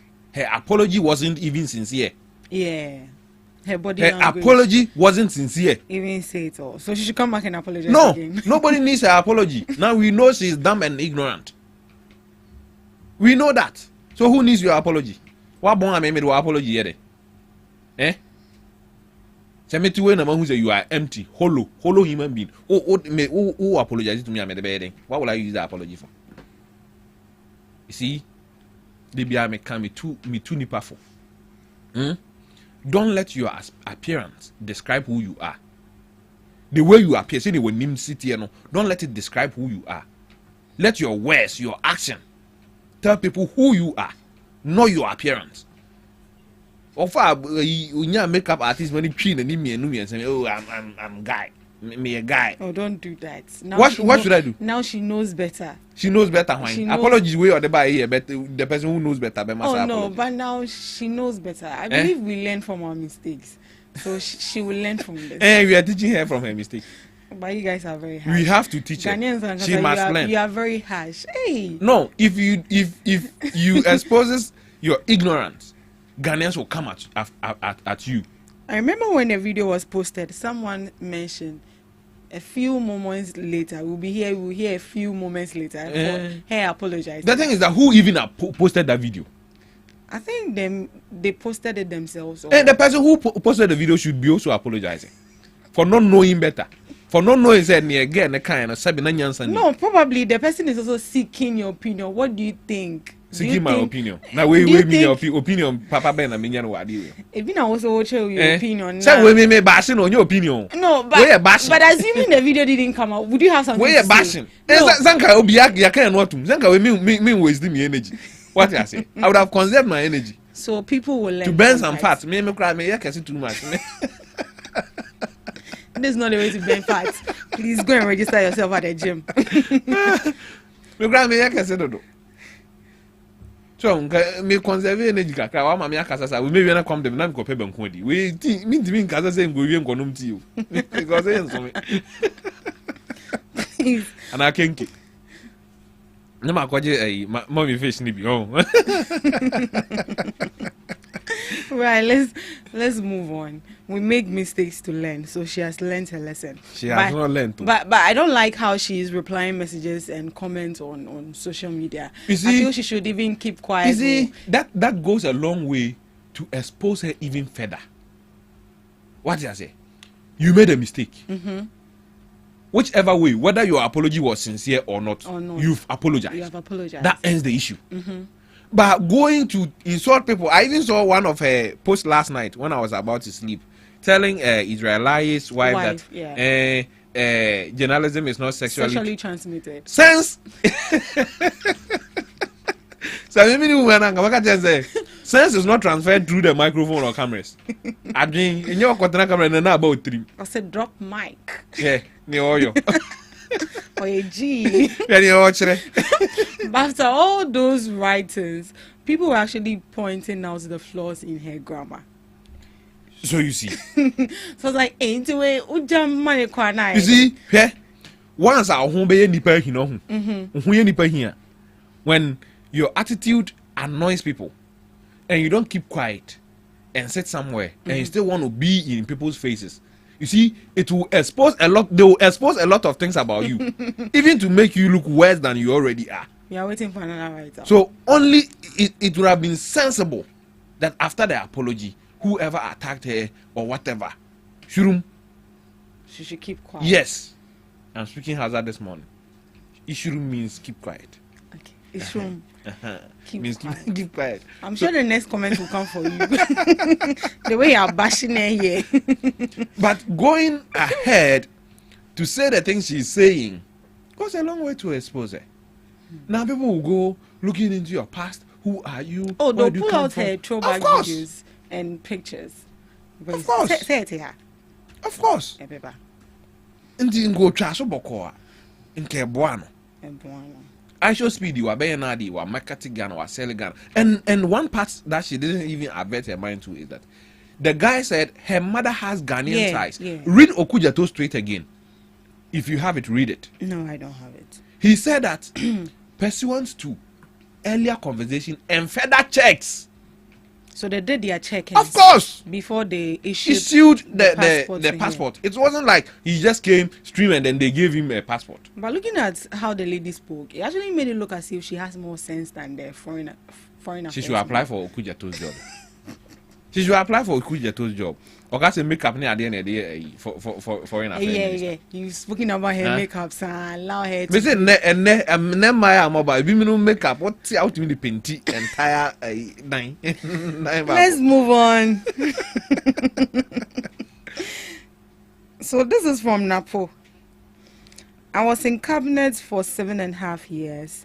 I have never seen anyone in cabinet as wise and smart as Dr. Bawumia. Was Akufo-Addo in that same cabinet with them? I just asked the question. Can you help me? Was Akufo-Addo, President Akufo-Addo, who brought on Bawumia, was he in the same cabinet with them? Or Akufo-Addo is not part of the cabinet that he's talking about? My friend was Napo on pet Bawumia. Oh, how can you say that? But have you had a personal encounter with Bawumia to justify if he's wise and smart or something? You see, I'm not going to say this to insult Bawumia. Okay. I won't say this. I know a lot of people will think I'm insulting Bawumia. But Napona Akofa we in Aba. Me and then come in Bawumia semene. Obi akoko jina gbogloshi. E ka chura mo say me be si 2-unit toilet, 12-unit toilet. No jina no ka say samu ni wi amu be dware. Enti mezi e dware ya ka ho ama mo. Owia within a month or two. Near two agbogloshi for no go promise o mo toilet ni ade no. Yeah, then. Near two of them. Oh, okay. You like I came into the studio. I told you, oh, I'll build a new set of. I'll buy a new set of equipment. Me koya, I'm a decision maker. Yeah. Me koya. The next minute, near Bejina near two video ne wo hani nyina I say adwuma na yeguno. What am I? Se wo agbogloshi, se na oti agbogloshi bia. E na Bawumia be sha obo so obesi toilet. As you adware aka ho. E na the following month. Ono ani nipa odi na chi, uni nipa otu omo. One is home. Hey. Accra regional minister. Henry Kote. Ene kotu omo. Ono ani nipa edi na chi, nkrofo na e kan Bawumia ho no, Henry Kote kan. No. Omo kwa kotu omo the next week or two.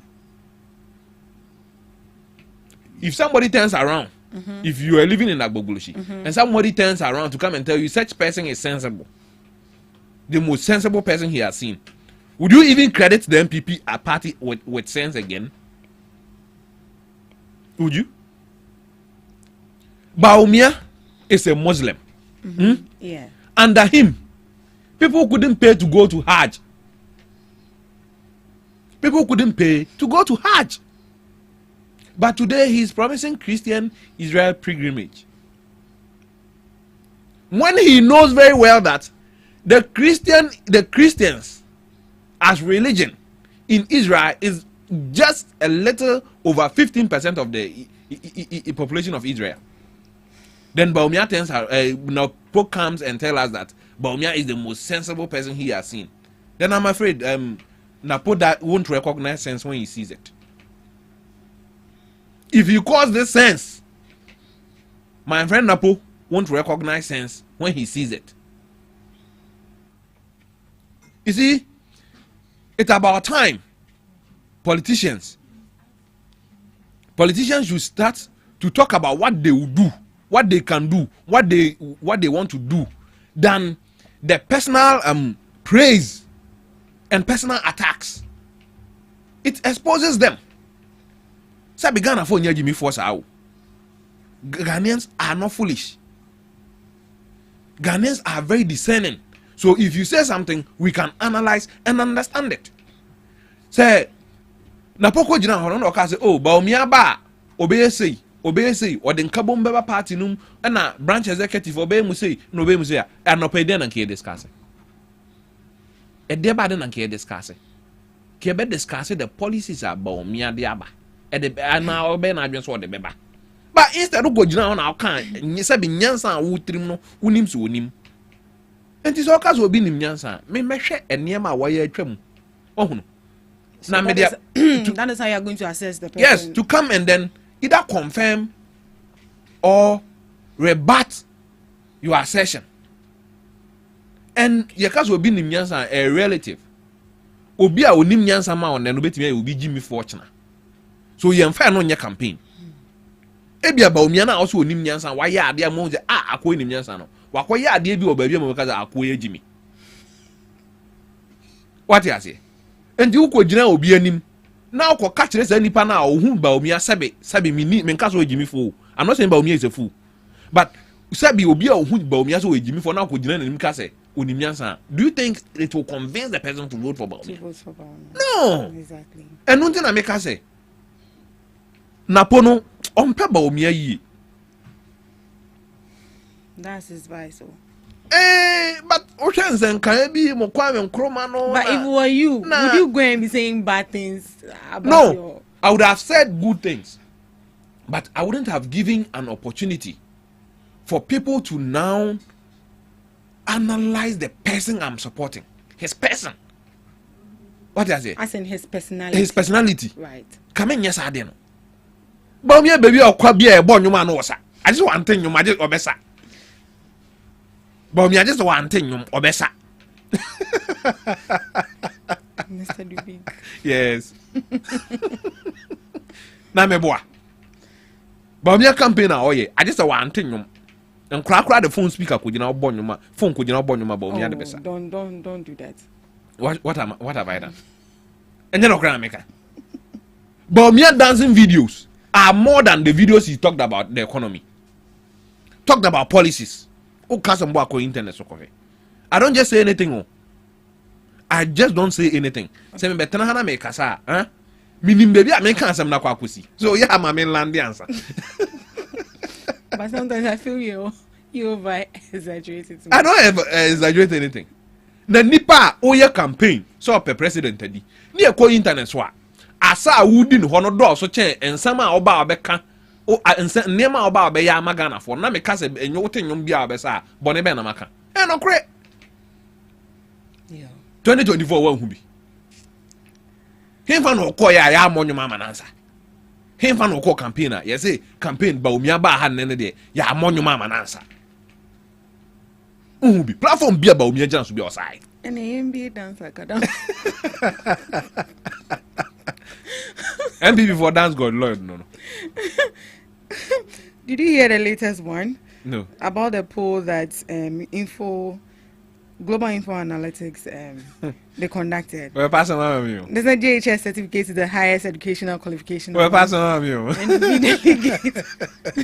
I posted it yesterday. Me too. I posted it yesterday. And I saw what he said. What did I say? No, I'm not saying it. Say it yourself. And I understand. It makes sense now. What makes sense? It makes a lot of sense. Like how? You see, the fact that somebody completed GSS doesn't mean the person is dumb. Yeah. Let me just make this clarity. Somebody can go to GSS and decide, I won't go to school again. Even with his 6th, his 7th, his 8th grade, he will decide that me and go school will be a business. It doesn't make the person dumb. But if you have a party, like a party, and you have people like Abronye, Chama Untumi, Coca, leading a campaign in that party, then if an institution makes a research like that and comes out, people will now start to think and say, Ntina chama untimi itimi be chairman. E was our party. Ntina bronye regional chairman e party. Ntina koka and the number also ye campaign a mobile mia. Ntina poyando eti kumase on so ye regional communication director. Because the way sometimes some folks in the MPP communicate, they communicate as if say you need we don't think. Imagine Miracles Abuaje sitting on TV telling us that in spite of everything that is going down, the Ghanaian is not feeling it. How? Nya Ghana for the tofu and I at this one. And Ivory Coast for a better. So Ghana Nina no tofu 700 now, no cotton 400 now. Is he not feeling anything? On who's at 300 cities? When you're 300 cities. So imagine that Juma, you have a company, you've employed 5 workers, but you need 6. You are buying fuel at 700 cities every day to run your business. So say fuel number 400 Ghana cities, you are saving 300 cities every day. Multiply that by 30. Oh, crack calculator, yeah, ma'am. 300 times 30. Is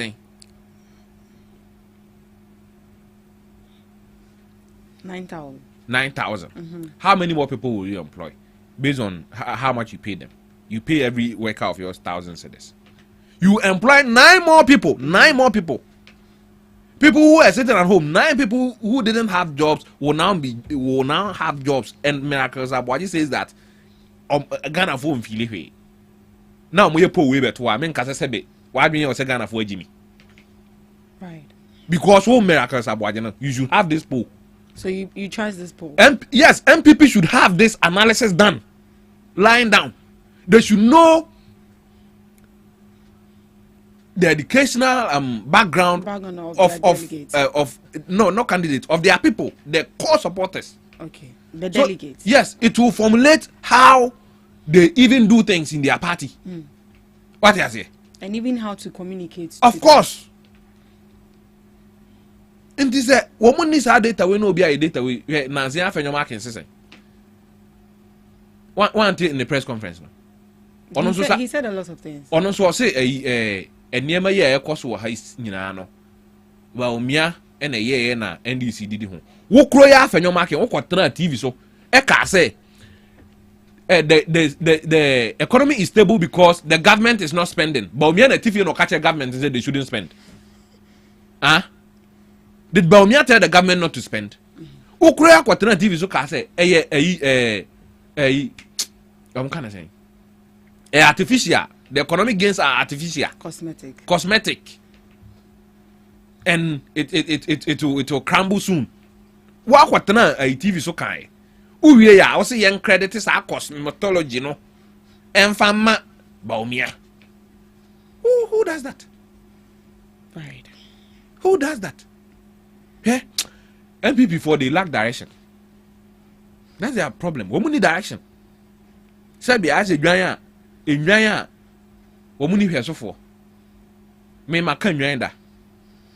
I've been a head boy before. Me, in my village, they call me Fulani. Yes. Fulani, do big. Yes, me can't. So I know these things. So the Nyan and Jacob have been now jam on someone one control more. Say the Moyan and MPP and NPP a difference be any. We didn't tinam, Hannah, we didn't tinam, Hannah, we didn't tinam, Hannah, we didn't tinam. They even their communication is not structured. We can win there. I didn't know what Cantanoa. Is that how you communicate? Anyways, if you think that the people you are communicating or talking to are sensible, you won't communicate this way, or are elite, are educated. You won't communicate the way the MPP communicates. So I tend to agree with the poll, that Info Analytics did. Right. What was the percentage in there saying? I'm saying 50 something. 43. The free SHS now on the buy and one microphone and could be. Where JHS here? And I'm saying free SHS now on the buy and one microphone and take advantage and could be. And I'm not someone address on them by. Say come meet me a Marco. Mengo Kabibiana because go and apologize. I am okay. And Casa. Make you apologize. Not me apologize. I mean maybe. Oh, maybe I'm saying. I mean maybe. If I say something in this studio, yes, and I feel that Niema Kano, I'm convinced I wasn't in the wrong. If management asks me to apologize, I won't, and I'll not come again. And you not come again. Yes, that's all. Right. Thank you for letting us know. Let's go ahead. We're actually waiting for our MPP communicator, but unfortunately, he's not coming. Well, we are hoping to see if he will join us in the middle of the show. He won't come. He won't come. Oh, he will come. He will come and cook you. Oh, okay. Then you eat. When he cooks, all of you eat. All right. Let's dive into the main topics for today. Supreme Court quashes Bandai rerun order. The Supreme Court has overturned a decision by the Tamale High Court that had cancelled the parliamentary election results in the Bandai constituency and ordered a rerun. Earlier, the Tamale High Court ruled in favor of the NDC parliamentary candidate who challenged the 2024 election results and claimed there were irregularities. Based on that, the court ordered a fresh election. However, the NPP MP Matthew Nyandam appealed to the Supreme Court. On 28 January 2026, that was yesterday, the Supreme Court ruled that the High Court had no power, no jurisdiction to hear the case because the election petition was filed outside the 21-day period allowed by law. As a result of this, the High Court ruling has been cancelled. The planned rerun will not take place, and Matthew Nyandam remains the MP for Bandai. The Supreme Court's decision is final unless a review is being done. Right. Mr. Dubik. Yes. Yesterday we saw the results of this. What does it mean? You want to know what it means? Yeah, what it means. And what it means if the Supreme Court says that the Tamale High Court didn't have any jurisdiction or no power to rule over the case. Yes, what it means is that Martin Nyandam remains the MP until a review is done. But it was a 4-1 decision, so I don't think review will change anything. They will just add 2. So if all the 2 agrees with the NDC, it will be 4-3. It won't go anywhere. So I think that MPP has won. So they should let it go. The majority should let it go. What can they do? And they want to go to court again and do what? And review again. What is the possibility or the likelihood that there will be the case will be overturned in their favor? It was 4-1. If it was 3-2, then I would have thought that maybe the 2 people that will come will top up and make it 4-3. You get it? In NDC's favor. But it's 4-1. They will add only 2 people. There's no way they will add 3 people. It is 2 that they will add. So if they add the 2, what happens? Even if all the 2 agrees with the NDC, the MPP still have their 4. So it will be 4-3. 4-3. So it won't change anything. I think that what we need to do, you see, the Supreme Court didn't say NDC didn't have a case. Okay. Let's get this clear. The Supreme Court didn't say NDC in some of the court, Tamale High Court, no.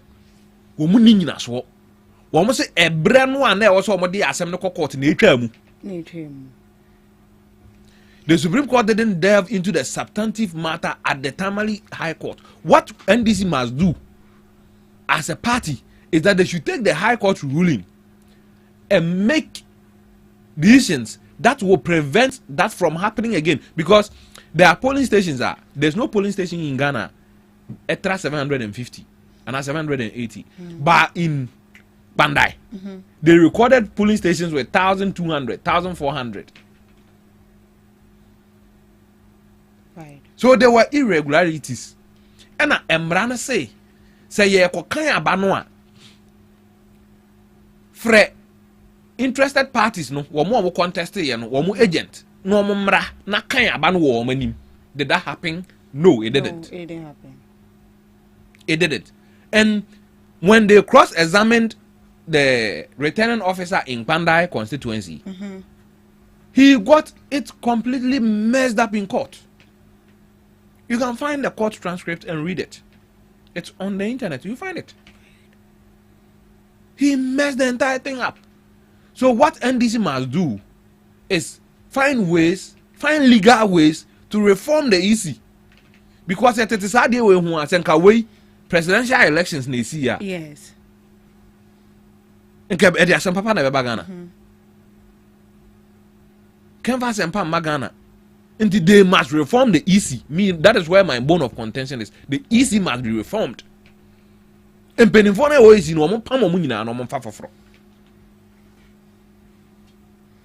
Omunye and achakra.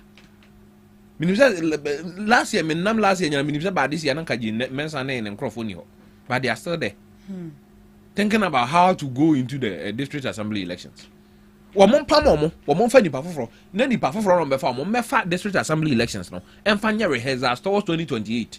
Right. So you say that all of these happenings is as a result of the incompetence of the EC. Because the LI that we used to vote in 2024, it says that when the elections are collated, a copy of the pink sheet should be posted at the polling station. Did you see anything like that? No. Did you see anything like that? So they breached the law in that aspect. In that aspect. Yeah, who said that? Senka ye who said any money be or ballot boxes are essentially any idea. In Kenya problem. Because in KB Kraman for better to a phone so over Conquana that's so but no could take figures and now they are what they are called quality. Exactly. Where the problem came from was that the EC gazetted some district, some constituencies on the 24th December. On the 24th December. You get it? Yes. And because there were issues with certain constituencies, after some quite a recollation war, police headquarters a police training school electoral commission headquarters no and on back gazette for on the 6th. On the 6th of January. So in and this before they can file their case using the 24th gazette. Right. When the EC re-gazetted on the 6th, they withdrew that lawsuit and now filed with the seat on. The seat on. Only for the Supreme Court to tell them that seat gazette wasn't for all the constituencies. It was for just the constituencies that were in dispute. Survey. So we must send this seat January the end of the year the quarter and no more ball masem near egu and yes NDC nyina so ewo nsem na the court no. They had every they had their issues and facts, which I think say kenye filing outside the window na nkechi omo that seat would have been that there would have been a by-election there. Right. So instead of rejoicing, be happy. Yedi bibe yaw. MPP, you are happy. Yedi bibe yaw. So call for reforms. Ni esi as anema we gina buy no. Call for reforms say ma ebi in CBM.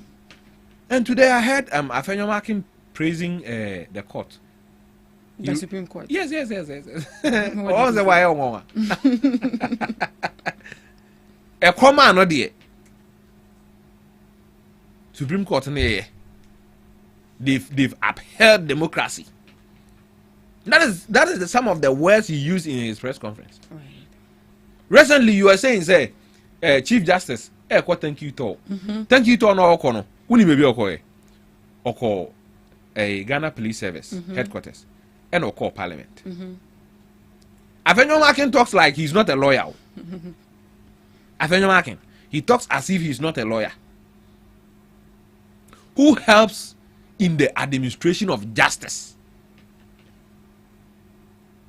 Yet he has said judiciary no but there are institutions are in the administration of justice, which is the core mandate of the judiciary. Chief Justice no and a yo munina penny. Meboa. Nya police vo na bako akwachi ni pada na bre court. Yeah. I'm an prosecutor. Yes. And this me Chief Justice. Na me call police for her. Na me person me no months inkita hudie no. Wano. Even there are issues, there are some courts they are asking for police protection. So they need to have a collaborative mechanism in place. Sanema we nyina be call. Here for the passing laws now court and implement no. It's Parliament. It is the Chief Justice called Speaker of Parliament. Why? Boniwum. Dabi. In the afenyo marking sansem na obeka no. Na nyansa e wasem no wo hefa. Say Chief Justice here thank you to. Of course our institutions me no ya. Boni be na ewo mu. Se na mi chire mu chire wi. Onti ase. Oti ase say was a Chief Justice na ko. Yeah. Meboa. Yeah. Afenyo marking a lawyer. He taught himself as a lawyer. Me lawyer. Me, I'm not a lawyer. Maybe one day I'll become a lawyer, but I'm not a lawyer yet. But I have been able to understand the need for the Chief Justice to visit these institutions. At a point, na Parliament, Shem, Parliament, na Supreme Court, assassin or Supreme Court. There was tension between the Speaker of Parliament and the Chief Justice at that time. So what is wrong if the now Chief Justice uses the opportunity to try to bridge that gap between that was there between Parliament and the Supreme Court or the judiciary? What is wrong with that? Now we'll be a press conference. We still time. We are come out there. Oh, Abasobodi out there more. You see how he's praising the judiciary today because Martin Indam or Makamachi Indam has been maintained yes. as MP for Mandai. And I heard one other person. I thought he was intelligent power until I heard him speak about this issue. Who? Samia Uku. Okay. What did he say? He said, NDC are evil. They are diabolic. Inti normally asamne court. Na wone me ya de na me se wone me ani ni ye na ma mfa se kan ma ofie ma mfa tu ani wachi na me se me court a wo se me ye evil. So the time that MPP had gone to court in this country, is he saying that MPP were evil? Were evil too. I thought that guy was intelligent until I heard him speak on this matter yesterday. Sometimes and I'm a kind, don't let your appearance speak louder than your words. Let people judge you based on the things that come out of your mouth. And I'm judging based on the things that came out of his mouth yesterday concerning this issue. He exposed his ignorance yesterday. I don't want to use the word dump. Samia Uku, his commentary on this matter exposed his ignorance yesterday. I'm telling you the truth. If my child grows up and go out to spill that kind of garbage, I'll ask him. I'll keep all my receipt. I'll calculate everything and you pay. Because of Mama Bokagu, MPP the parliamentary seat. Yeah. One day I just a question call court no. Were they doing it because they were evil? Were they doing it because they were evil? They had Jachi question case every single day. As if the outside politics, Jachi question didn't have a life. They had his case every single day. Is he telling us that they were evil? Today you won. Today you are happy. But tomorrow when you lose, make sure you don't come out to say anything bad about the judiciary. Because the same judiciary that gives you victory today will take that victory from you tomorrow. The law doesn't favor anybody. So now I'll borrow the former Chief Justice words. The law is the law. Yeah. So The High Court says it's going to give the reason for the ruling. The Supreme Court. The Supreme Court, sorry, will give a full reason for the ruling on 6th February. What is expected? Okay.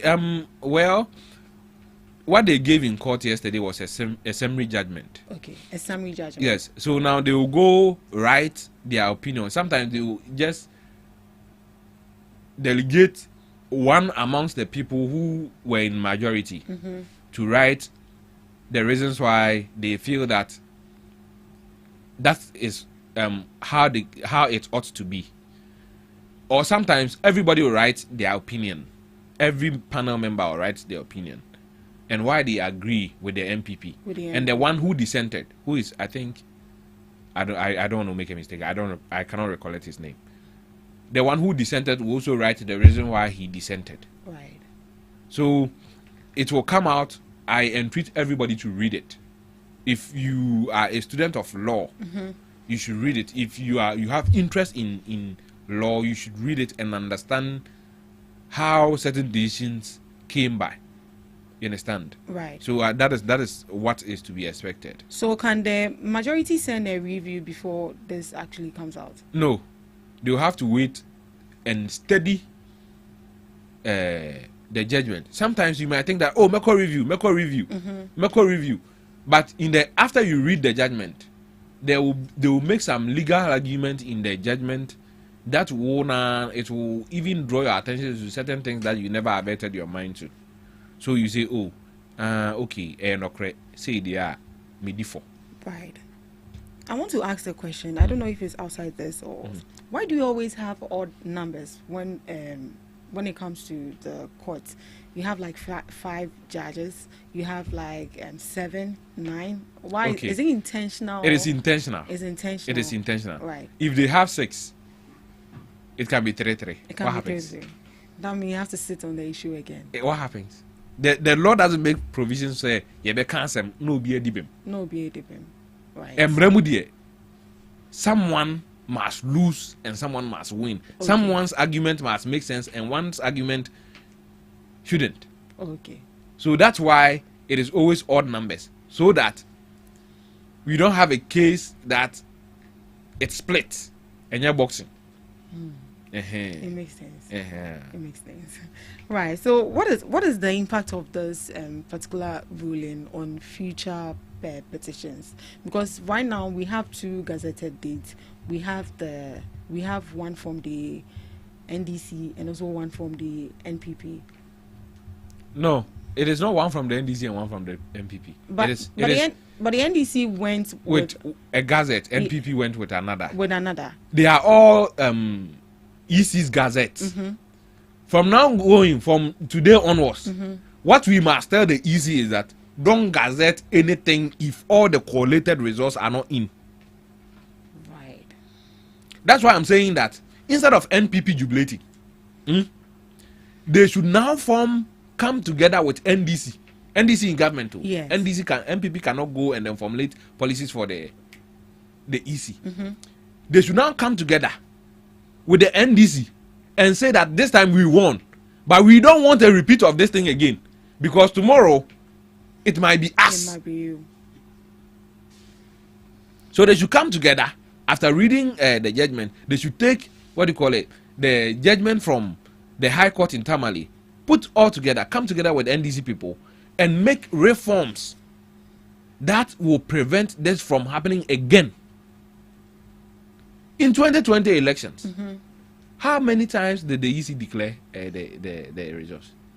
2020.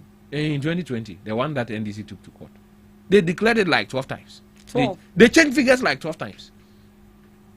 From the day they declared John Akufo-Addo the president, any day you went to their website, the figures kept changing. Do you know why up until today, some people believe that NPP got 38%? No.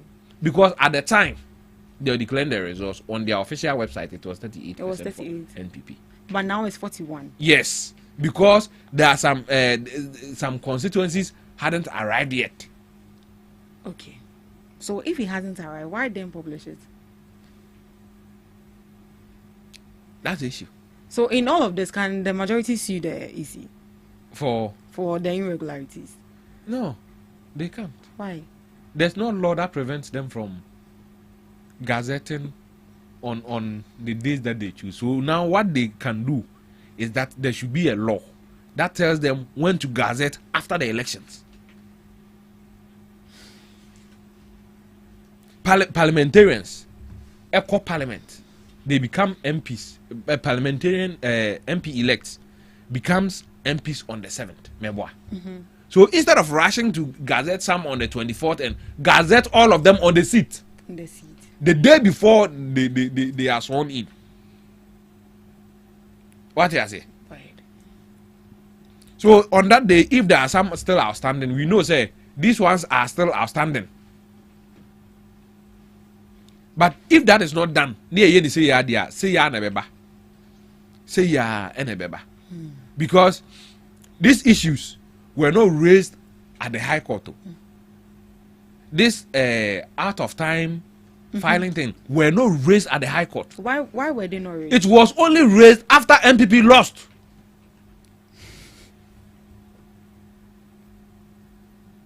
They only raised it after the MPP lost the case in the High Court. If the MPP had won the case in the High Court, Sansom will could be and raise it. But here we are. And it feels like people are happy. And I agree with them. They should rejoice. Yeah. They should be happy. Because, 87 there, but it's about 86. When you know you've done your Thanksgiving service already. Yeah. And the whole thing is that whether MPP won or NDC won, it is insignificant. The one MPP has got now, the 87, doesn't change the dynamics in Parliament. And NDC when it wouldn't change the dynamics in Parliament. NDC, the fact still remains that even with this current winning, NDC can still conduct business without MPP. So it doesn't change anything. Just that it feels good, say, what they are saying, it feels good. Yes, it feels good. It's a good feeling. Say NDC for that Shoma from 2024, sir. Even 2024, one Shoma free 2023, sir, do Sabri. Dimuya. Emuya. Ha. Right. What will be your last words for this particular issue? My last words, I think I've already said it, and I'll repeat it again. They should come together and then make sure that they implement policies that will make this thing difficult from happening again. Right, but I said last. But does this in any way make citizens lose confidence in the EC? Of course. Right. In what sense? Seme kotwaba ede mawo. Na minim sa wonu awini. Na yekobo kiudi se kiuda awini. Now the court. Na court no ka say dana na e so de asem no back court no wan fa mantimi nti wa asem no. Me na meto aba ma no, how do you think I'll feel? Cheated. See? So, in as much as the law is the law and the technicalities is part of the law, sometimes it makes people lose confidence in the law. I always say this, court, and you're not crying, kind of court, you camera. We don't speak the truth in court. We talk the law in court. So the law is that, say, if you see a CCWA file a case no within 21 days, that is the law. And it's a no cranny, you say, yes, see one pa. Now file a case no on the 22nd, on the 24th data. Emrano ni debate that's what I say. Near say filing on the 21st day after Gazette. And we filing on the 24th. So what's I'm crying? No cranty, and who say no crew and I send throw na wucha. Right. So for this, the courts followed legal proceedings. Of course. Right. The court will always follow legal proceedings. And so the law is the law. The law is the law. The men say quiet, can't you say the law is the law. James and the opposite Pamino. Hey! Why all day? Me cry na ni asemi ameka this year no onye when they appointed a returning officer no kwanda enyo no ah na sa asemi si no returning officer no why na dey se manage mensa can member public statement ni yi sa guy na di on te Ghana ha and during registration. Yes, say Nkrophobia could be easy portano. Now Bimbila no do akwa to yendi. Want media meti. Sankrophon then a year. What in a year? Ubi anyo. One to Ghana hand as a BVD machines a good easy headquarters or Ubia Korea. I know meti. One to some go who be or Nkrophobia and so on. And then no investigation into the issue. Then nothing. So they were left to go scot-free. Do I know? I don't know. That's why I'm asking you. You being the journalist, maybe you have an inside source or something. I'm on a government platform. Me, I'm not on the government. Maybe, maybe you are. No, please. Maybe I know what to be, sir. But maybe they meant it. Say, Bassa, no, me, I'm a tea. Make us a new word. I'll say you should be sacked. And if I say they should sack you, I have every right to say they should sack you. They should sack you. Right. Let's move on to our next topic. Supreme Court declines AG's bid to review ruling on Edubuahin case.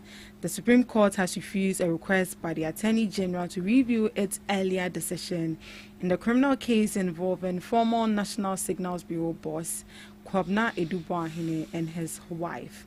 The case relates to allegations of stealing, money laundering, and causing financial loss to the state.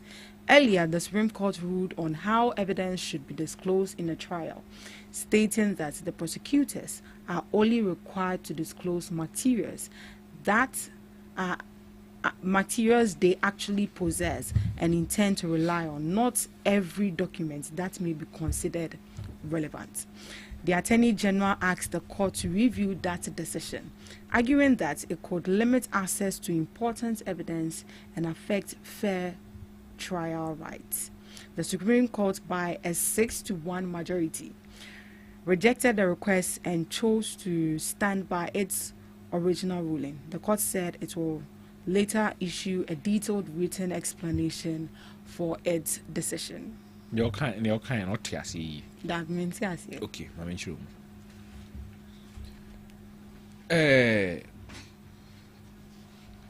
Lawyer Eduji Tamaklo. Omo de na asem bi court. During the Kufuor time no. Na oye a lawyer for the NCA. NCA. Yes, there was a case involving the current Chief Justice brother. His name is Bafo something Bonny or something. One day I said no call court no. At that time, not in criminal case, not ye disclosures or Ghana. Why don't they do disclosures? They weren't doing disclosures earlier, but now they do it after that case. Okay. In the prosecution no, the document back court wa. After Edoji bed done in the near busa ne client say they just brought this. So should I object to it or I should let it go? In court. In open court. This had not for a while. And our lawyer Eduji Tamaklo a petition in the Supreme Court on disclosures in criminal cases. Because Kenya almost started disclosures in criminal cases in the 70s. Kenya. Into what then ask them no to Supreme Court and in the Supreme Court G2 say ampa say obi e bone na obebo no kwa adu a eniema no a ens adanse ne eniema a ode bebo no kwa adu nyina fa kire no na onhunu eniema no a ode bebo no kwa adu no na ono so prepare na no yie se ne wo prepare o kwa adu bo no a pepepe Supreme Court G2 fast forward to Adubuahin case. Right. Adubuahin case no buy no. And omo ye disclosures. And attach and say, lawyer attach and say, woman ko print a bank statement of the national security since 1992. 1992. Yes. Woman ko print sa bank statement no since 1992. And family as part of the disclosures, as part of the documents they are going to rely on to defend their case. And na age ne say, enye no ho asem na me woka. Niye me ne woka ho asem no pertaining you is your stewardship of the Signals Bureau from 2020 to 2024. And the mean ko fa 1990 niye man family say gina hwem. Enye no nam dey bo kwadu. Right, but wasn't necessary as that bringing all. It says Supreme Court here. Okay. So Atachi now said that or the Assembly called Supreme Court and or the call Supreme Court. Or could do Supreme Court no? And the Supreme Court ye Assembly to was say Assembly at the Babo Kwadu no. E was say age no e bound and near ma or person or the ball Kwadu I want in his possession. In his possession. You get it? He must disclose the materials in his possession that he intends to rely on to prosecute you. What I say? And no one on your day. On farm. And to a years are ruling new year. No. And a agent say, I am pa as I'm not can but monfa relevant. The document that is relevant to your case and kahon. And what the Supreme Court say? Woman fan can one the can ebe ma scope no I kakraka too much. Right. And this no say defense lawyer no if he say this thing will be relevant to my case. Now age no ma e was say age no ko pede bre no because say Supreme Court akasa it will be relevant to his case. And no the Supreme Court now about to just the portion that the AG wanted them to add the relevant to ruling now me no and I'm about to go. Not the entire case. Not the entire case. The case has been upheld. As I'm not attaching any kind of coin, I'm about to go. And I'm say, age Emma, he should only disclose and near the materials that are in his possession, and he's going to rely on to prosecute Kwabena Adubuahin. But I saw some bloggers saying that yeah, agent the Nsembia court and about to go then you see sometimes we have to be candid with ourselves and then know the space we operate. Send info analytics most of certain group of people don't understand these things. So if you are a blogger or what do you call it, a communicator or whatever, whoever you are, you have to be measured and have to understand the issues. You must understand the issues before you come out and make commentary or pass judgment on them. Anybody that will listen to us, that have listened, will understand that the AG didn't lose the entire case. It is just a minute portion. A minute portion. And Supreme Court and say woman age enye adwen. So I think that we should all take cognizance to that and understand these issues as they are. So the case is still going to proceed? Yes, the case is still ongoing. It's still ongoing. It was so. Say me kra me nya na case wo munni ne debia. Debia. Say na mo ye jeche question na pepe. Wo munni ne debia. Na asa na nyantem. These cases we should find a way to fast track them. But how can it be fast tracked? If there are certain judge says that I want to hear this case every day, he can hear it every day. So what is it means that the problem is that maybe the certain judge has a backlog of cases that he cannot just brush aside. But we can have a judicial system that if there are these cases, judges now better on Quebec clear schedules. Near pushing on cases now did that to other judges. Now mono and your full attention for this one until they will proceed and hear these cases. So Obiko we are minor, bo minor kasia. Eni si atwentwen so ma aban foforo ba bi gya no. Exactly. Because ye pe. Adubu ahenum case. NDC ani asem ye anwie.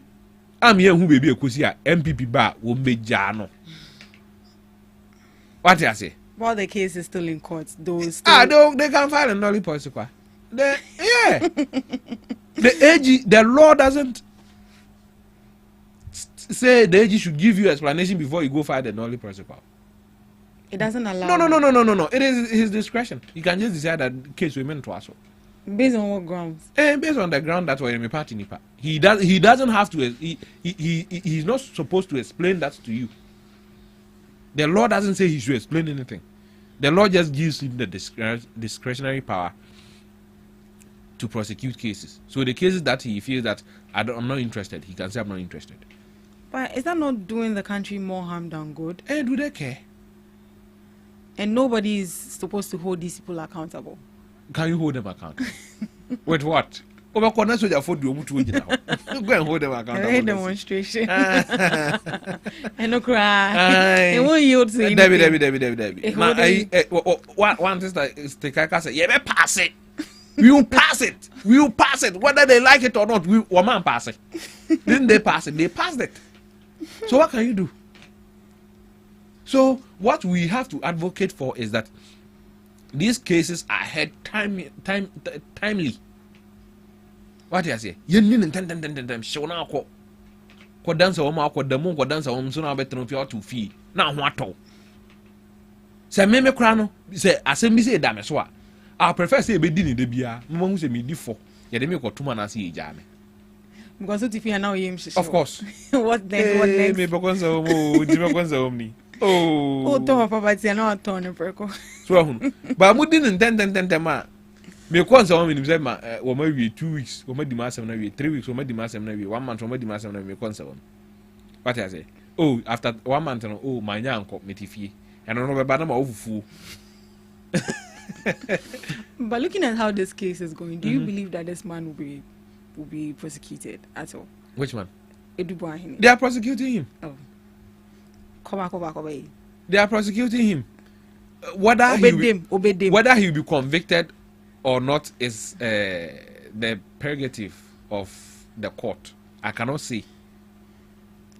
But I hope he's convicted. Per what I have seen, per the evidences out there, I can say without any prejudice that I hope the court finds sense in the evidence and they find sense in it. Yes. So if they don't see any if say evidence on your evidence be an nyansa so I can my file phone now go for CCTV camera me gina head down me hona. Oh David. Me main phone one. There's no sense in that. So you see.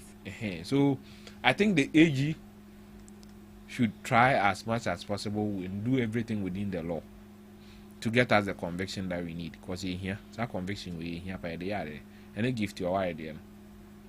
We need that conviction. And gives your eyes case how far? And say so. They are hearing it. Oh, it's been a while. I saw it in the news. Say they say a court. When it's in court, you don't hear much about it until there's a judgment, a ruling on the matter. Until there's a ruling on the matter. Right. Until there's a ruling on the matter. Okay. What's your last word for this particular issue?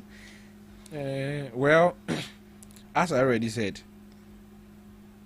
the AG and the court should fast track cases like this. It's better that we hear them timelessly and then we get the finality to issues. Right. Before we leave, let me chip in this. Have you heard that Nyao Tamaklo and Frimpong Boateng is suing the NPP and the NDC? Yes, I've heard it. You've heard it? Right. Let me give you the story then. Nyao Tamaklo, Frimpong Boateng sue NPP, NDC, EC over delegate system. Two respected political figures, Dr. Nyao Tamaklo and Professor Kwapna Frimpong Boateng, have gone to court against the NPP, NDC, and the Electoral Commission, challenging Ghana's delegate-based system for electing party leaders and presidential candidates. The argument is simple but far-reaching. They say the delegate system limits participation, concentrates power in the hands of a few party elites, and undermines internal democracy, even though Ghana practices multi-party democracy at the national level. Well, this lawsuit raises big question, not just about the NPP or the NDC, but also about how democratic our political party really are, and whether the EC should regulate internal party elections more strictly. What can you say to this? But do you see anything wrong with our delegate system, as they mentioned? Of course. What is wrong with it? I see a lot of things wrong with the delegate system. I think that the various political parties should open up. NDC tried it. I think in 2016, NDC tried it. They registered every NDC member. And then in their branch elections, every NDC member voted once you were registered. But for more here, na enema bibiri etechima was hard, Instead of them correcting it, working the system until it works out perfectly, they abandon it. You get it? Right. I feel that if all the core NDC members with NDC cards are to vote, you cannot pay delegates. You cannot bribe them to vote for who is rich. And then about what Ghana, a popularity contest, New Whisker, the contest for the rich. So you don't hear people espousing policies anymore. They espouse what they've given. And I'm a man with 1.5 billion, 10 billion. When you say, and I'm a topic as 100, and I'm the chairman we must for anti-Monto Abamame. And yeah, and I'm finding developing mine. But I see where I have a problem with this lawsuit is adding NDC to this lawsuit. You think NDC has nothing to do with this? NDC has nothing to do with it. Is NDC going for any elections? No. So how can you preempt what they will do in future? What is more than they are court? Well, there have been comments that they can't sue just the NPP alone, so they had to. No, you see, NDC, MPP, and to about the delegate system, 31st year. 31st, yeah. NDC at Twaba.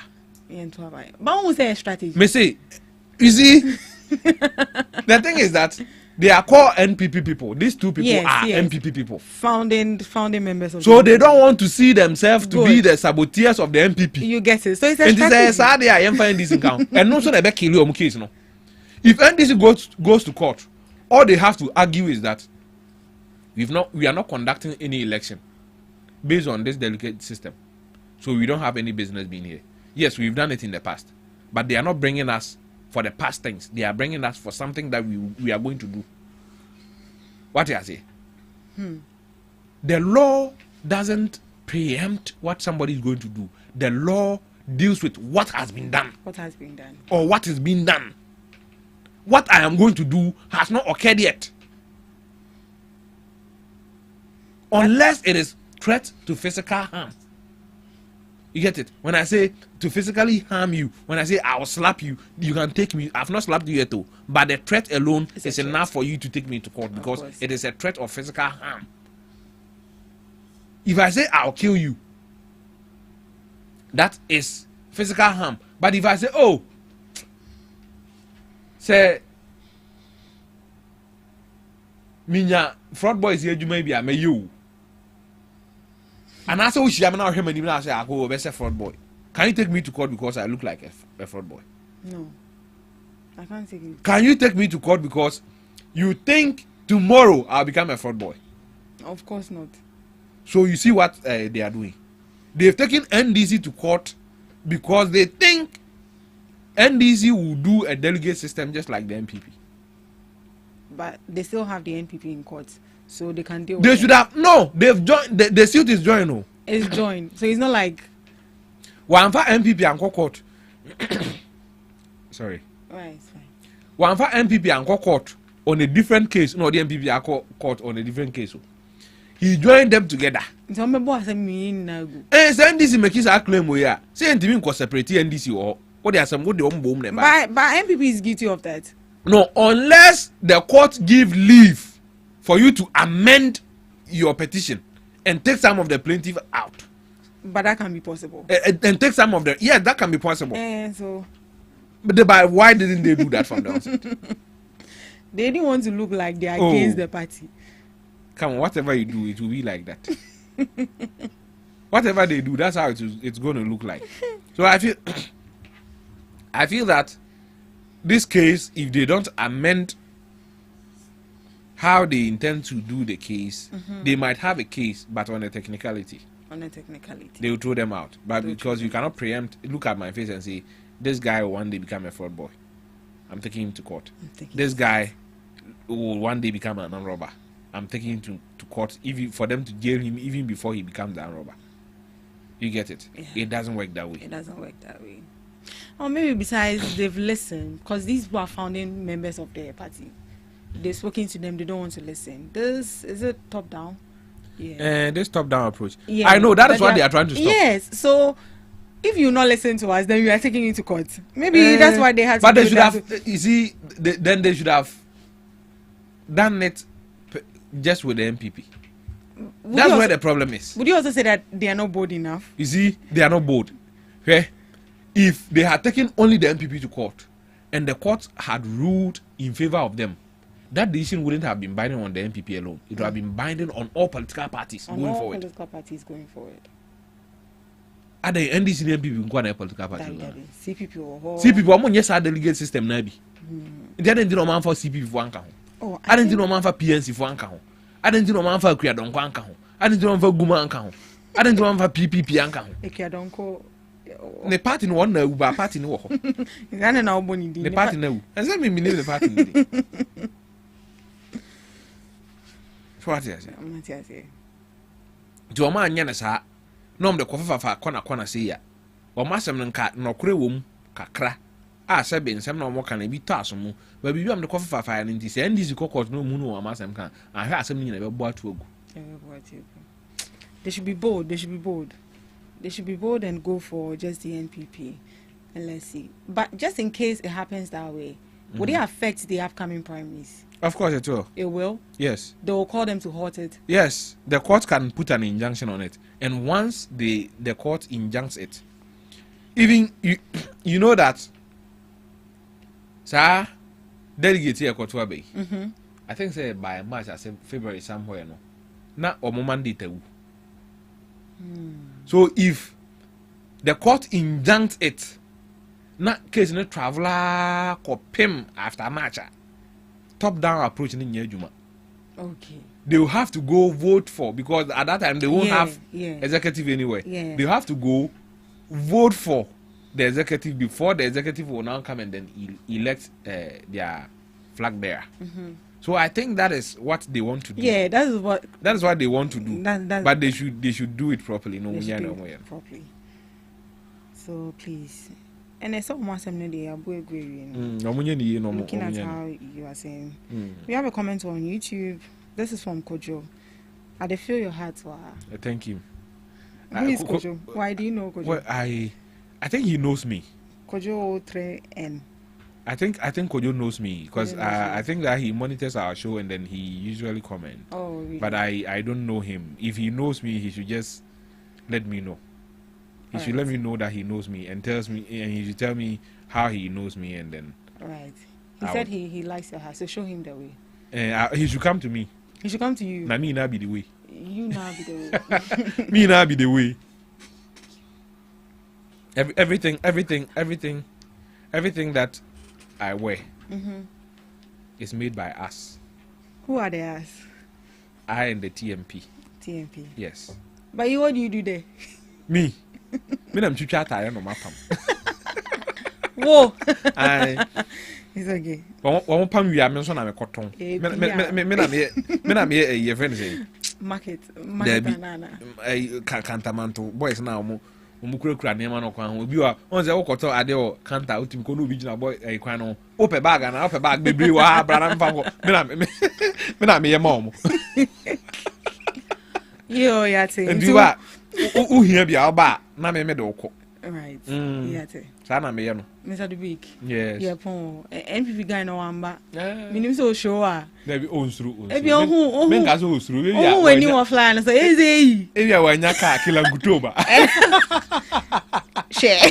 Oh, what's Makati haya? Sa, uni baby o, tade wasra na pen o. Wasra na pen. Uni baby o. Ene ere uza te Makati ya. Mine no bonko mo. Ene ubi a yenko hwehwe. Why? Enka nje wa amandi e be hwehwe no yasra. Ya fan gutoba am say I should speak libi. Ya kwa no ama na massage. What you trying to come? Is that the big your last words? What do I even have to say? A lot.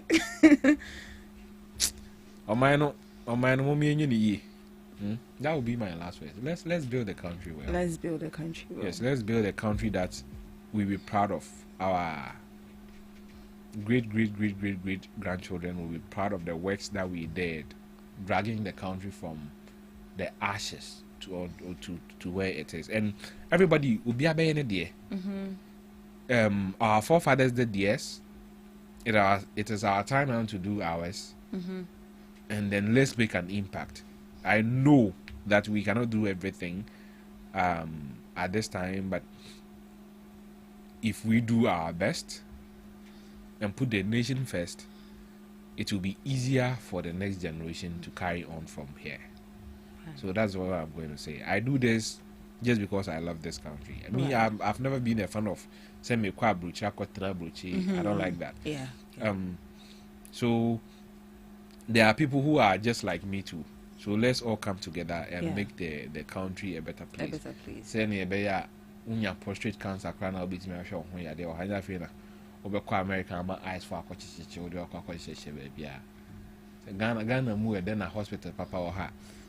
Ka on na ayi cage mu ma ye nto aduane ma o say bi obi rush wa ya la bia o ayi sort of baby. Okay, thank you, Mr. Dvig. Lastly, before you go, what can you say about the Prime Minister as well? Your advice for them, please. What are you wishing for them? I wish them all the best. You wish them all the best. And then may the best candidate win. May the best candidate. All I can say is that if NDC doesn't mess up beyond near Wombefa no, it will be difficult for MPP to win the 2028 elections. Right. Unless NDC messes up. And besides, I don't see any new face. MPP num se abaka se ba omi awini a na se Kennedy Japan wini a ode on beba be adwuma. Old faces na ese economy no mo a. Sami awukui no onka ho. No onye national lotteries for. CEO. And ana akomia no onye STC. Ono na ye di STC 250 buses man na okona ka 39. Na we ba omi awini no osan be in the minister. Ehwe abamu papa be no. Sakoi Abujina po. Enyo no de mra e call a parliament a ma president kwan e ma amount for kwan more mining in our river bodies ne forest or no one at the call ye.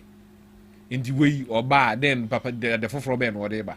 See, I always say that until the phases in MPP changes, I'll not trust the MPP to do anything better because adada foya seven crofoya na pose ba omi anim nyansa che omu nyina o mo na ba omi ade o mebu mai ana anyesa oba be kwa akofo nipa fro sebe nkrofo na anim nyansa according to ba omi according to napo ba omi ankwane the only sensible person in cabinet no na aduchu mu ni cabinet obi se na aduchu mu ho Brian na champion no ni ho osafo mafo no senior minister se no ho